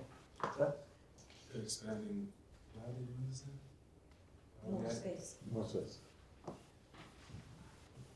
I didn't hear that. Why were they expanding? To make the warehouse larger. Space in the warehouse. No, I totally get it, it's just what the last expert was testifying to in terms of like the highest and best use and why we're doing variances and improvements in the industrial use of the space. I'm really sensitive about that particular area because it does butt up against real residences. I don't disagree, but we have to understand that for better or worse, the warehouse is a permitted use. I'm not arguing the use of it. Yeah. I'm arguing the value of it. The value of what? The value of it. The value of the warehouse or the value of the expansion? I mean, I don't, When we're talking variances and we're talking about value to the surrounding community and we're to issue them, I'm arguing the value of it. And I'm not even saying I'm in opposition of it, I'm thinking Yeah. about, these are real things that I feel as though I should do on the planning board when we're considering making a variance that butts up against the residents. And the back of that building butts up against the school, which also butts up against the park, which also butts up against another residence. So I'm just thinking, because we only get a handful of seconds to be A&A, and I don't want to abstain and kick this till next month. Right. So allow me to wax philosophical. I think the problem that you face is fundamentally the fact that you're expressing that you don't think the warehouse use is consistent with the surrounding properties.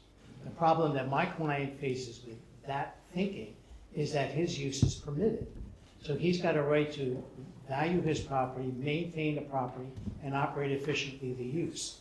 So as a planning board member, I can understand because you look at this and you say, maybe the zoning should change, or maybe, there's got to be different parameters placed on it. But once we're in this position, the applicant's got a right to be able to function and operate his property. Absolutely. But if we can attach things to it to make it fit better into the space, then that's what I'm talking about now. So even the enforcement of the parameters around that retail space, which only came up now because there's more space being requested, but wasn't previously enforced on its own, well, that had value. in Yeah, this but more conversation. space that's being requested is not anymore to the retail space. The warehouse space has had no complaints about it. Right, but we So it wouldn't is be still a talking question about of it if you weren't enforcement. for us. It is a question of enforcement. So I think the problem that frankly, what we look at here is my client not maintaining the property the way that he should have, with shame on him.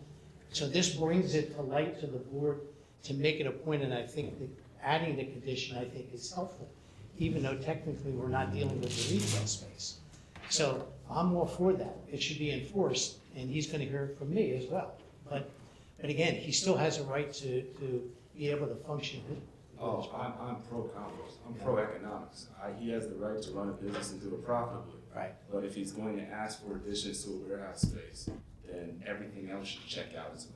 I agree. If he's going to add it, it should add in the way that it fits into the neighborhood. That's And why- that's all we're talking about. I don't want to stop him from doing it. Yeah. I Well, just want him to do it right. one of the benefits of coming here to do this, it gives us an opportunity to make him do that. There you which is go. why it's a condition. There you I go. agree with that. Any other comments or discussion with the board members? Seeing none, Dan, can we have some conditions? Sure. So, should the board act favorably, the following conditions shall apply. Applies in terms of the Friendship Carrillo Associates report dated January 29th, 2026. Submission of all necessary easements and or cross-access agreements for review and approved by the board, attorney, and city engineer prior to filing the same. Payment of the site performance bond and amount reviewed and approved by the city engineer. Submission of a site inspection escrow deposit for engineering inspection fees and amount calculated pursuant to Title 16.24.160. Payment of all water and sewer connection fees pursuant to Titles 13.04 and 13.08. Issuance of a road opening permit from the city engineer if required. Compliance with the terms of the Big Mill Planning Report dated February 3rd, 2026. Planning escrow funded for all anticipated post-approval reviews. Payment of any other fees due to the city of New Brunswick related to development or use of this project. Payment of all outstanding taxes and water or sewer fees. Middlesex County Planning Board approval or waiver. DNR Canal Commission approval or waiver. Freehold Soil Conservation District approval or waiver. Submit engineering site plan to comply with any changes required by planning or engineering memo or plan amendments offered at the hearing. Submit architectural plans to comply with any changes required by the planning or engineering memos or plan amendments offered at the hearing. For conditions, I think we have two. Work with the Parks Department to donate plantings for the abutting park. Does that sound right? Okay. And applicant will cease the outdoor display of goods and merchandise. Does that also work for the other one? Yes. All right. And for variances, I've got rear yard setback, building coverage, and impervious coverage. Motion to approve based on the conditions enumerated by Mr. Dominguez. Second.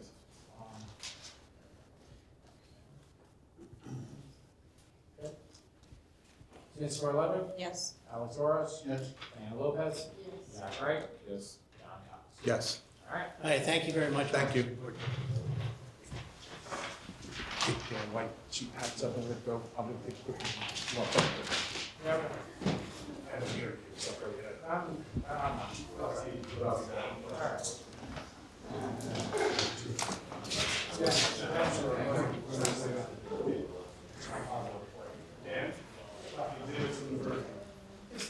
That's too many.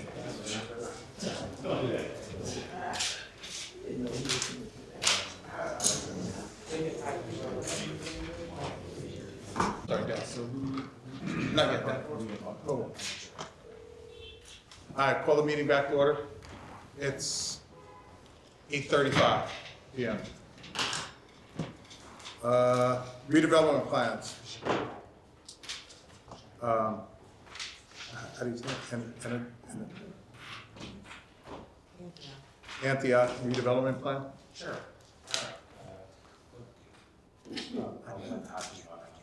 All right, thank you, So we've got two redevelopment plans on for consideration tonight. The first is the Antioch redevelopment plan. So this plan, we were approached last year, probably about 13 months ago, by the pastor at the Antioch Christian Church, that's at the corner of Roosevelt and Oliver, about a prospective development idea of the church's land. They have two relatively large parcels at that intersection, right near 27, which are on the back page of the plan, which you all got the plan, you know too. So they've got about, what are we working with here? They had, so they have, I think, 12 or 15,000 on one side and about 10,000 square feet on the other side, on those two parcels.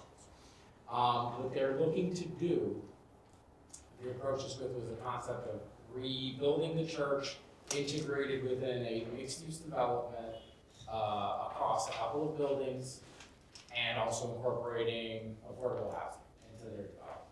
And so that's kind of what this is. The underlying zoning allows for all of those things. Churches are traditional use, places of worship are traditional use in the R5A zone in which that exists. Multifamily is permitted up to an FAR 1.8. And they wanted to have like a small corner store there, commercial component. That's also permitted in the R5A. So this actually works, they could almost operate under the underlying zoning, but where they have their most significant deviation is on height.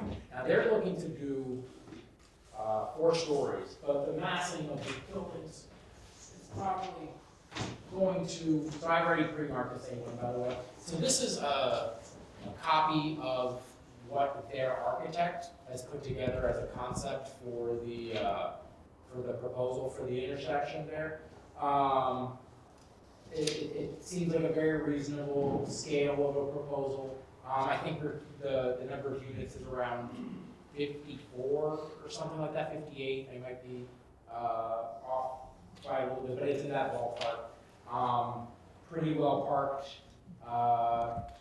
and only an FAR of 1 instead of 1.8. But instead, in an effort to not have buildings that cover all of the lot and be able to have some vegetation and a surface lot to service the buildings.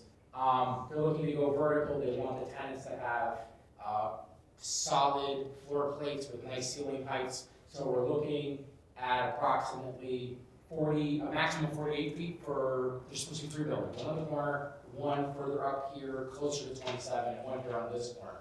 This one and the one further up 27, maximum 48 feet high, but still 4 stories.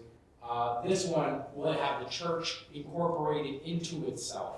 And so the church will have a much higher ceiling on the first floor. I forget up to what height, I think it was 25 or 27 feet or something like that. And so when you're massing the building on the 4 stories, you're going to end up pushing closer to 60, but it's still going to be 4 stories. So they're going to be in that same ballpark. The combined FAR of the whole site will be 1 or less. It'll be probably subdivided into 3 lots the way they're looking to do it. A little corner store here, church here, maybe community center attached to the church, 20% affordable, and about 50-something units for the proposed development. That's kind of the highlights of this one. Where are they gonna park? So there's parking that's not, this is just one image, right? And it's so there's supposed to be parking underneath and all around the buildings. So they are meeting, at least from the concepts that we workshopped, they will meet the requirements for the church, and they will be short of RSIS on the residential parking, but they will have at least 1-to-1, if not more, for the housing units, and when not in use, the church and, if applicable, commercial parking will be available for everybody. They'll just be open parking spaces. So there'll be enough parking for one-to-one for the residential and for the church occupancy at peak, but also on off times, there'll be shareable parking. Because there'll be just parking lots for the whole site.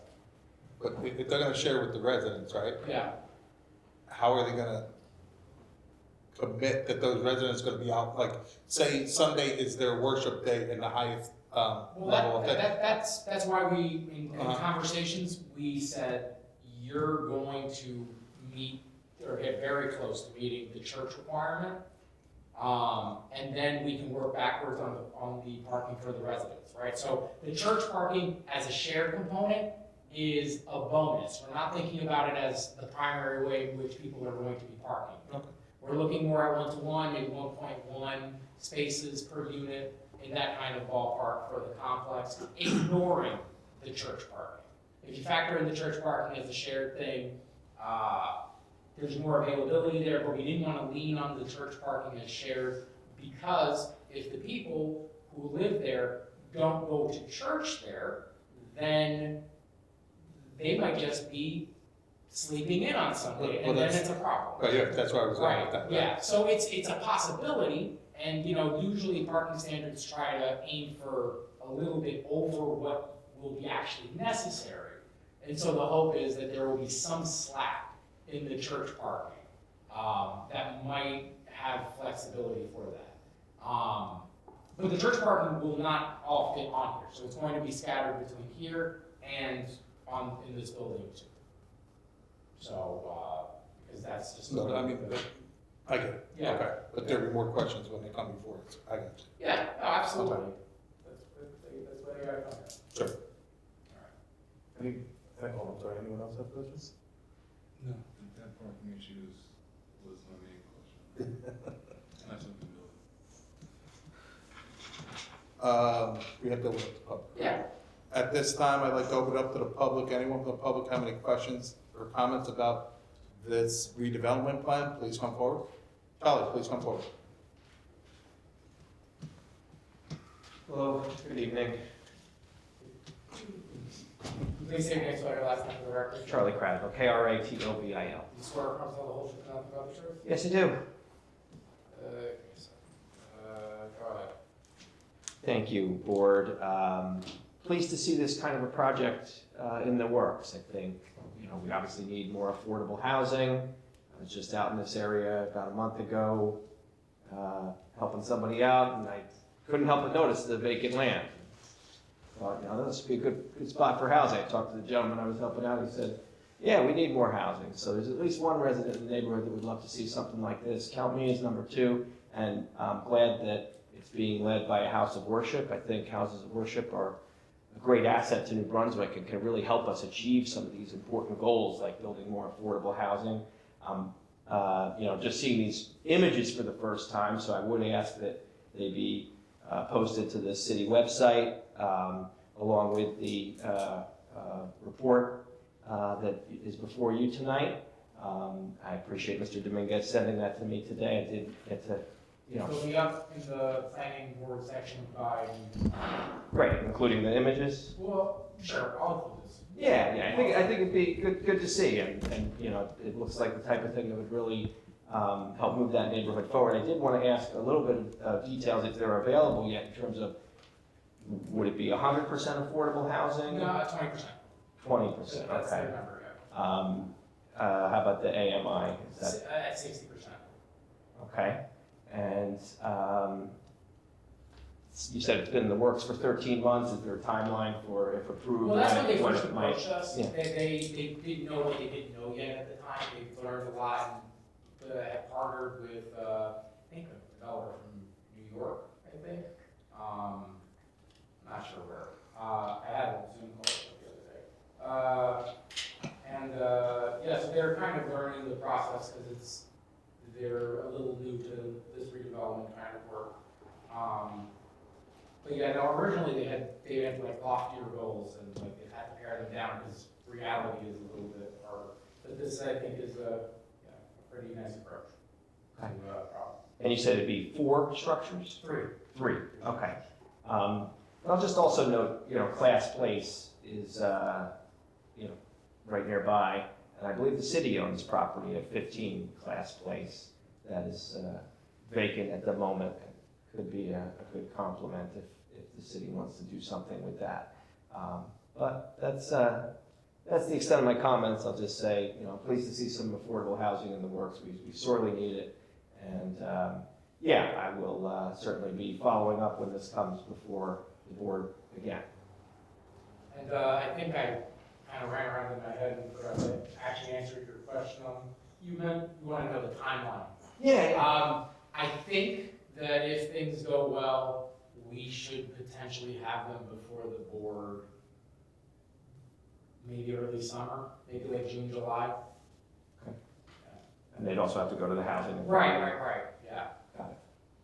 All right. Thank you. Thank you. Any other member of the public have any questions or comments on this redevelopment plan? Seeing none, close public portion to that. Anyone have a discussion? No? Dan, do I have a motion? Well, we have to have a motion then. Yeah, we have to. Motion. Motion.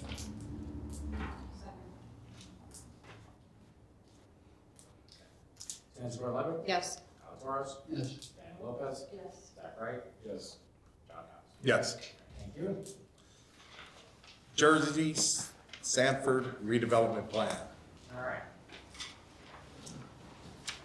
So this one is, I think, the third time this has come to the board, although the first time since 2022, I think.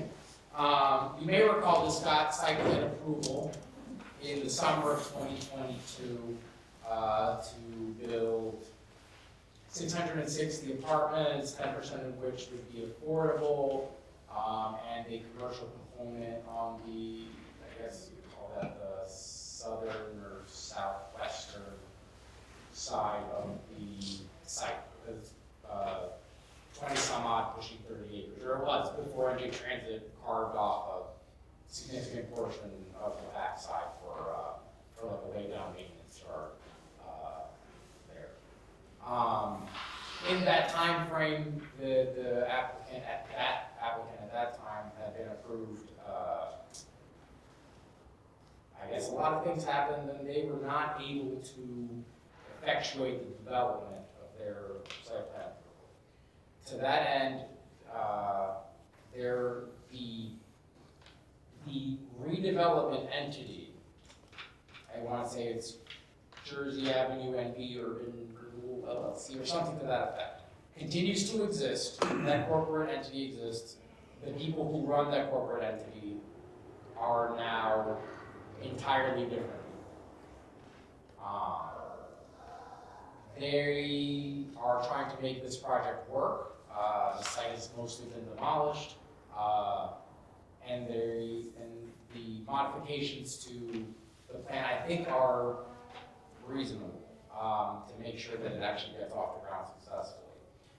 The number of units and affordable will not change. They will be back before us for a site plan. I mean, should all this go favorably, probably this spring or summer. They should be back here before us with a new proposal. The buildings will look slightly differently, but they have sketched out layouts that will be more conducive to people actually wanting to live there. They've solved some quality of life issues on the residential component, but the number of units and the affordability and the 60% AMI remain as provisions of the plan as they were back 3 or 4 years ago. The commercial component is going to pivot somewhat significantly. The prior iteration had some component for office envision and maybe a retail pad. The current iteration is looking more like potentially one small retail pad. Think like a small drive-through Dunkin' with a little loop.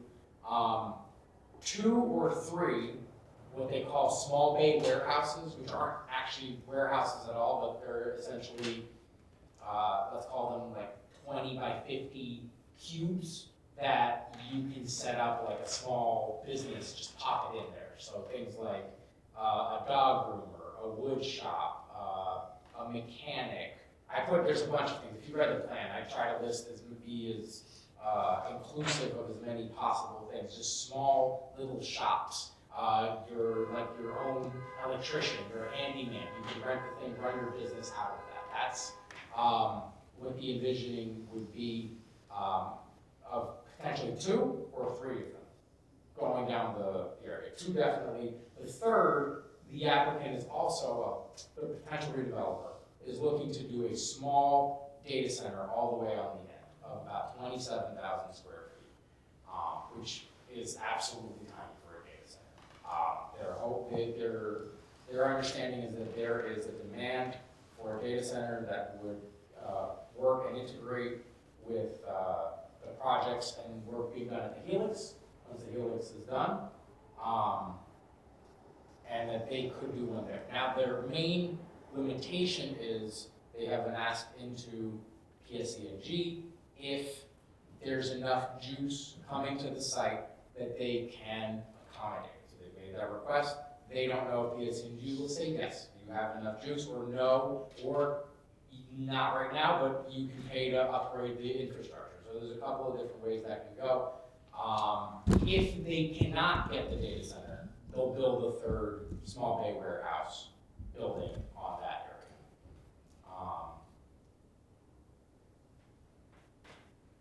And that's kind of it. Now, also, I think previously, I don't remember if it was part of the redevelopment plan in the prior iteration, or if it was just the intent of the applicant, that there was supposed to be a park component behind the brook, behind the commercial component. That right now is looking not viable because of the cut-in from NJ Transit. That cut off a significant portion of that area, which reduced how much land there would be for sort of like a passive recreation situation. I defer to them to answer the questions at the planning board when they come by, but my understanding is that they would look to essentially maybe fence it and secure it like back to nature, the area, so that it can exist as essentially open space, but probably not highly accessible open space. And instead of that, to work to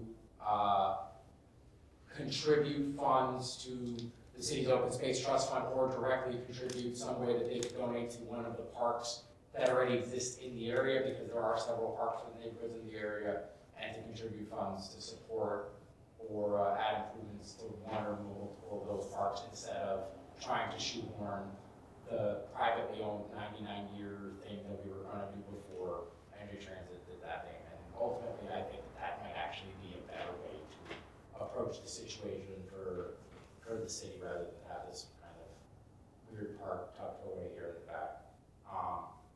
But yeah, that's kind of the long and short of the changes for the site. Any member of the board have any questions or comments on this? I remember the original redevelopment plan, and part of the issue that people were bringing up was that that park actually, there was no access to it from anywhere anyway, and it was going to be difficult for people to use it. So it sounds like a better plan, what you stated, that, you know, if funds are directed to other parks in the area, especially with the carve out now from Amtrak. Yeah, especially, that one part, the biggest part that they cut off is like literally directly behind where the park was going to go.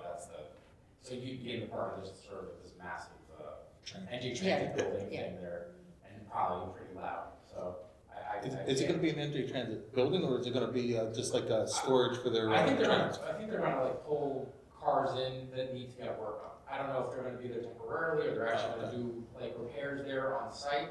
But I think the term that I remember heard for it was a laydown yard, but I don't know if that's true. And I'm using context clues to figure out what laydown yard means. I'm not exactly sure. I thought laydown meant was the trains that were it's not out of service, but not out of order.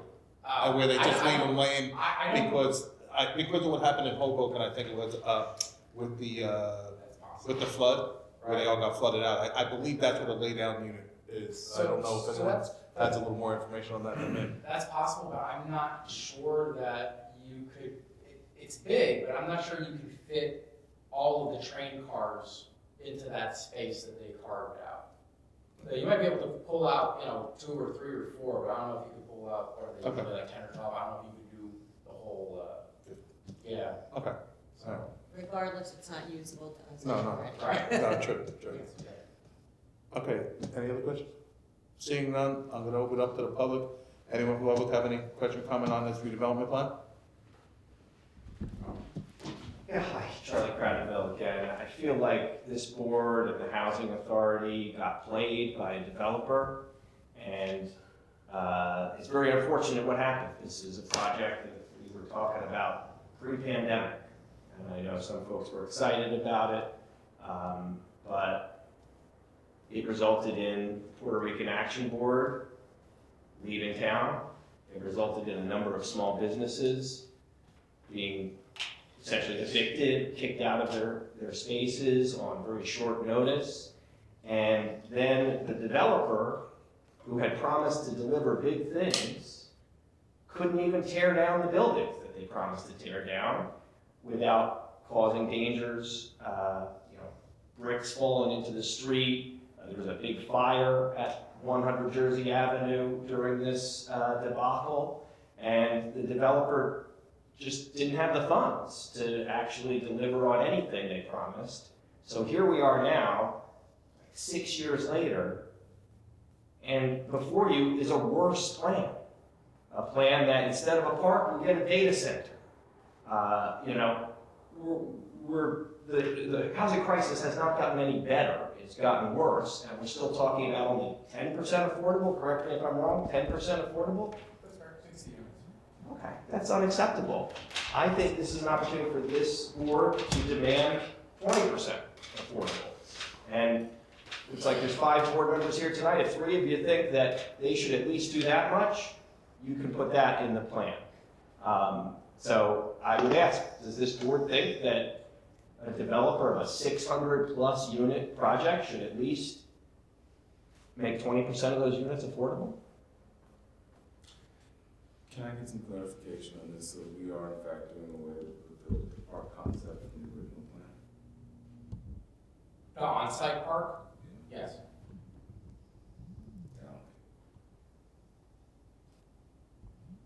And I think there's real concerns about data centers. I mean, electricity demand, water demand, is that really the type of thing we want in a neighborhood? What good is that going to do for anybody in New Brunswick? And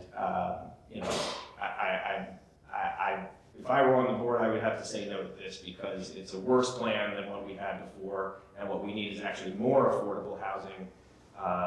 This is just sort of a step back, a step down, and we may be hearing that there's all new people involved in this company, but that said, it's still the same company that burned us before.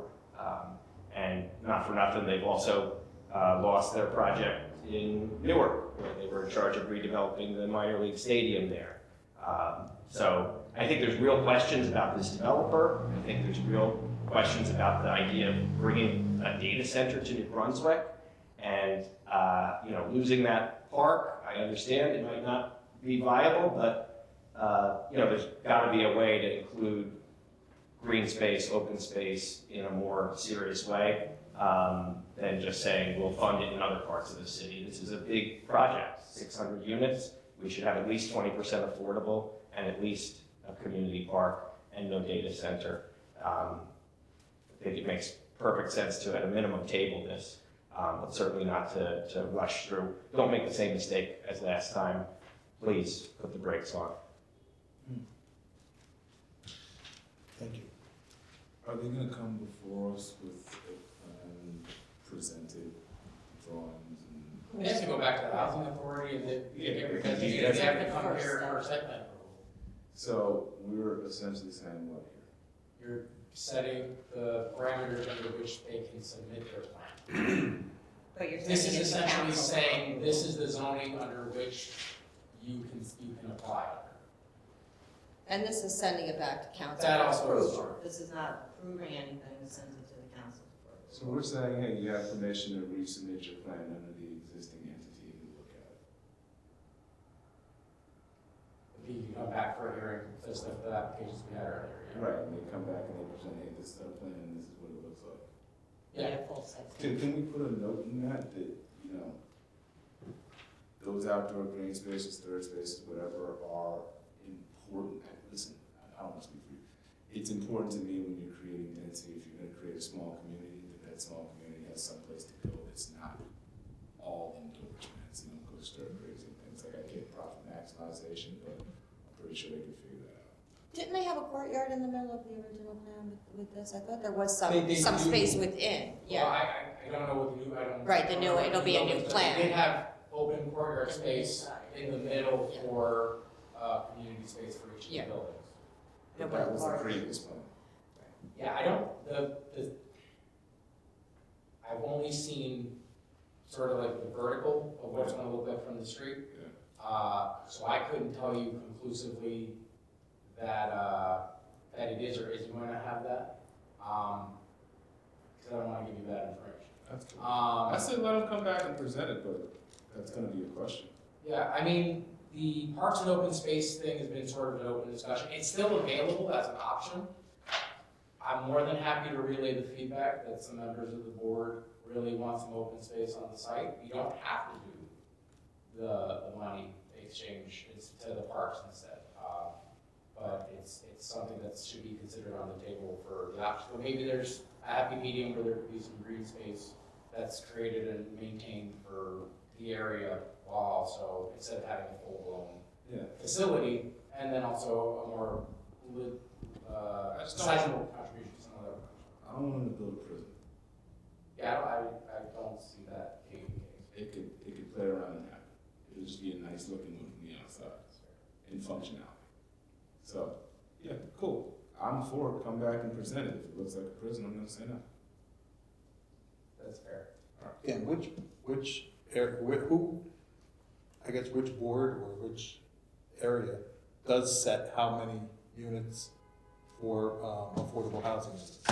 Or does it also go by funding? Well, because we don't have an obligation, it's sort of, legal obligation, it's just sort of, as we go. So we just put, often in redevelopment plans, like conditions or requirements, like, oh, you wanna do this, you wanna deviate this way, you wanna build this much bigger, so we tack it on, right? Because otherwise there isn't any requirement for them to have any percentage of affordable housing. Unless there's specific funding that they're That's going for. why it was That's asked. otherwise, Right. So if they're not going for those specific Like funding funding. and tax credits, then it's not required.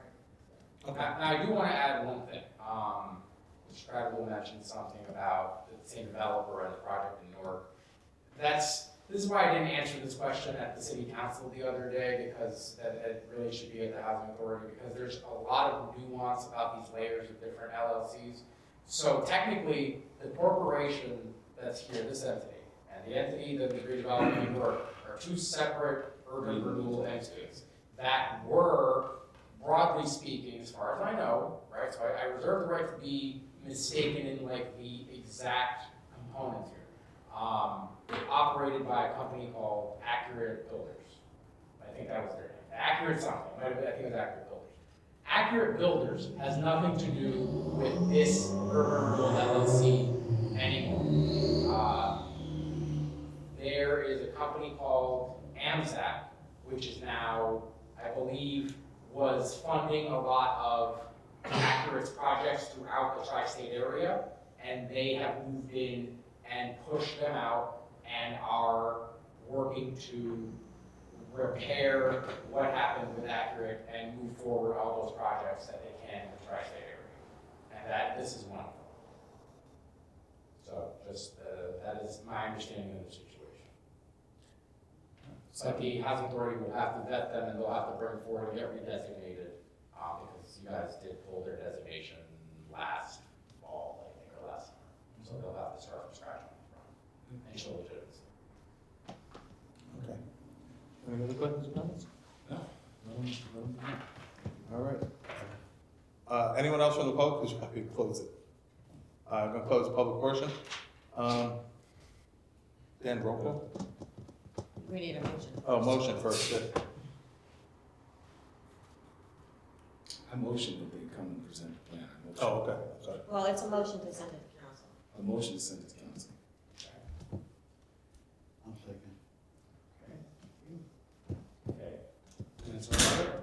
Yes. Soros? Yep. Lopez? Zach Wright?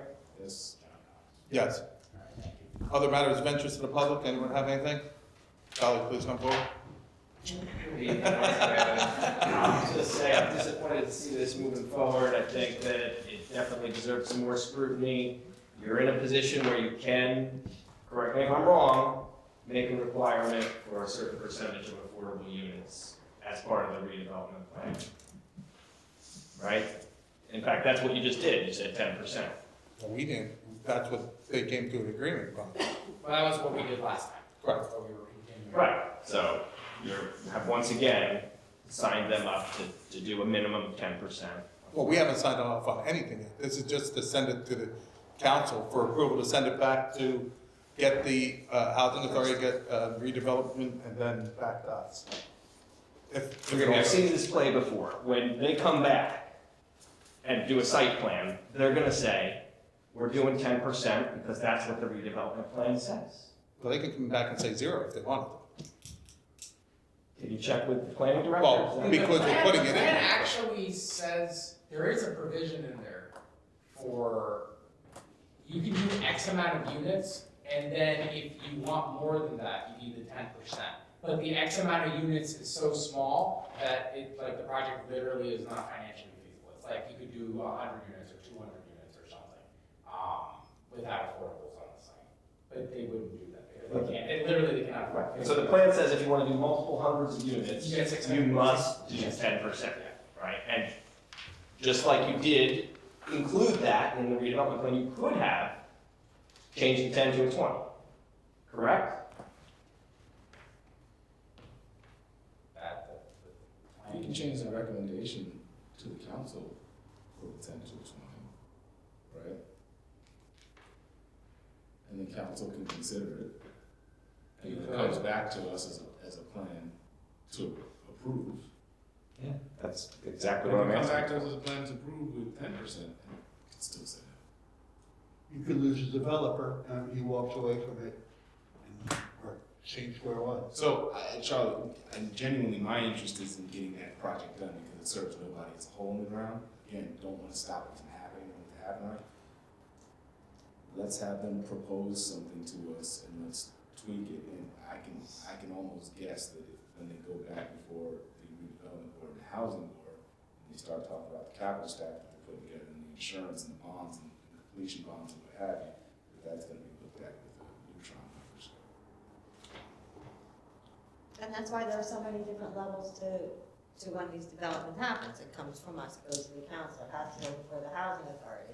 And then it has to come back here, and then it goes back to the council if there's any kind of financial agreements to it. So this is the first step of sending something and to get it running again, and then we have all of those opportunities to peel back the onion, if you will, and get all of the details worked out.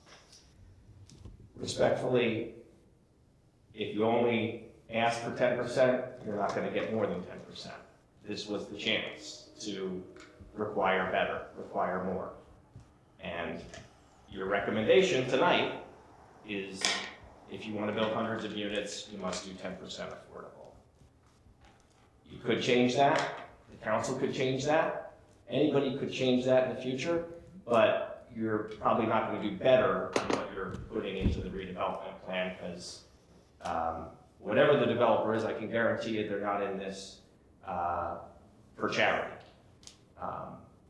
And planning board members suggest they might walk away.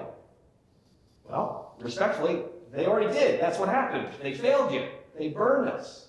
And now we're back here 6 years later approving a worse plan.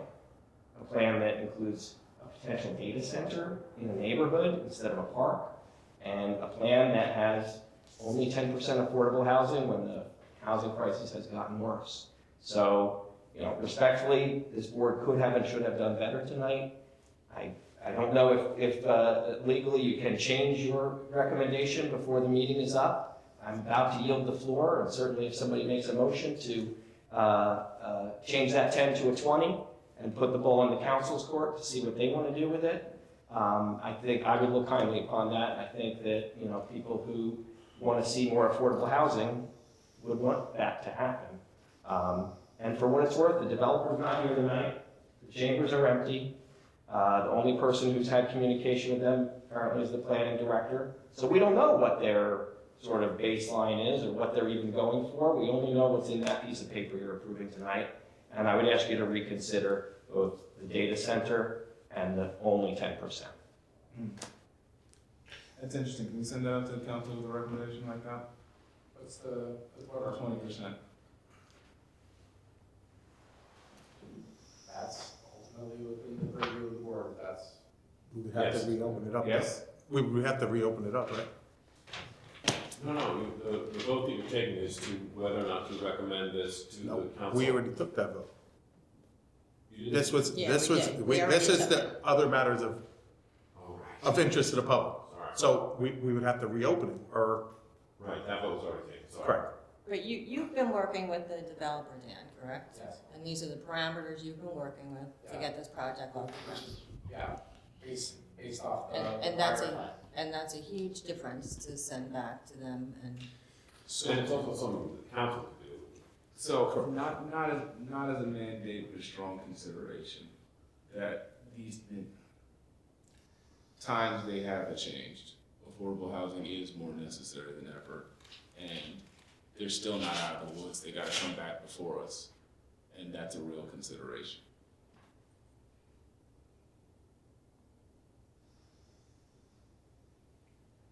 I mean, yeah, have conversations with them, see if they're willing to come up with a number. Then they're going to ask for like a height variance because they're going to want to put in more units, And they may need those units to make it feasibly. but ultimately, who financially cares how feasible. tall it is? We're trying to solve a different problem. So. Okay. Can we do that? Can we do what specifically? Can we open it up, put the recommendation, to strong consideration for additional affordable units before bringing it back to the planning board, green spaces, those sorts of things. Because it was my understanding that, hey, it's gonna go to council, council's gonna decide whether they can come and resubmit their new plan anyway, and then they submit the new plan, and why wait till then to voice these objections, or not objections, to voice these concerns? When you present the existing recommendation that the board has made to the council, you can certainly tell them that the one sticking point for the board was the percentage of affordable housing. And of course, that's a financial question for the developer and the council to work out between them.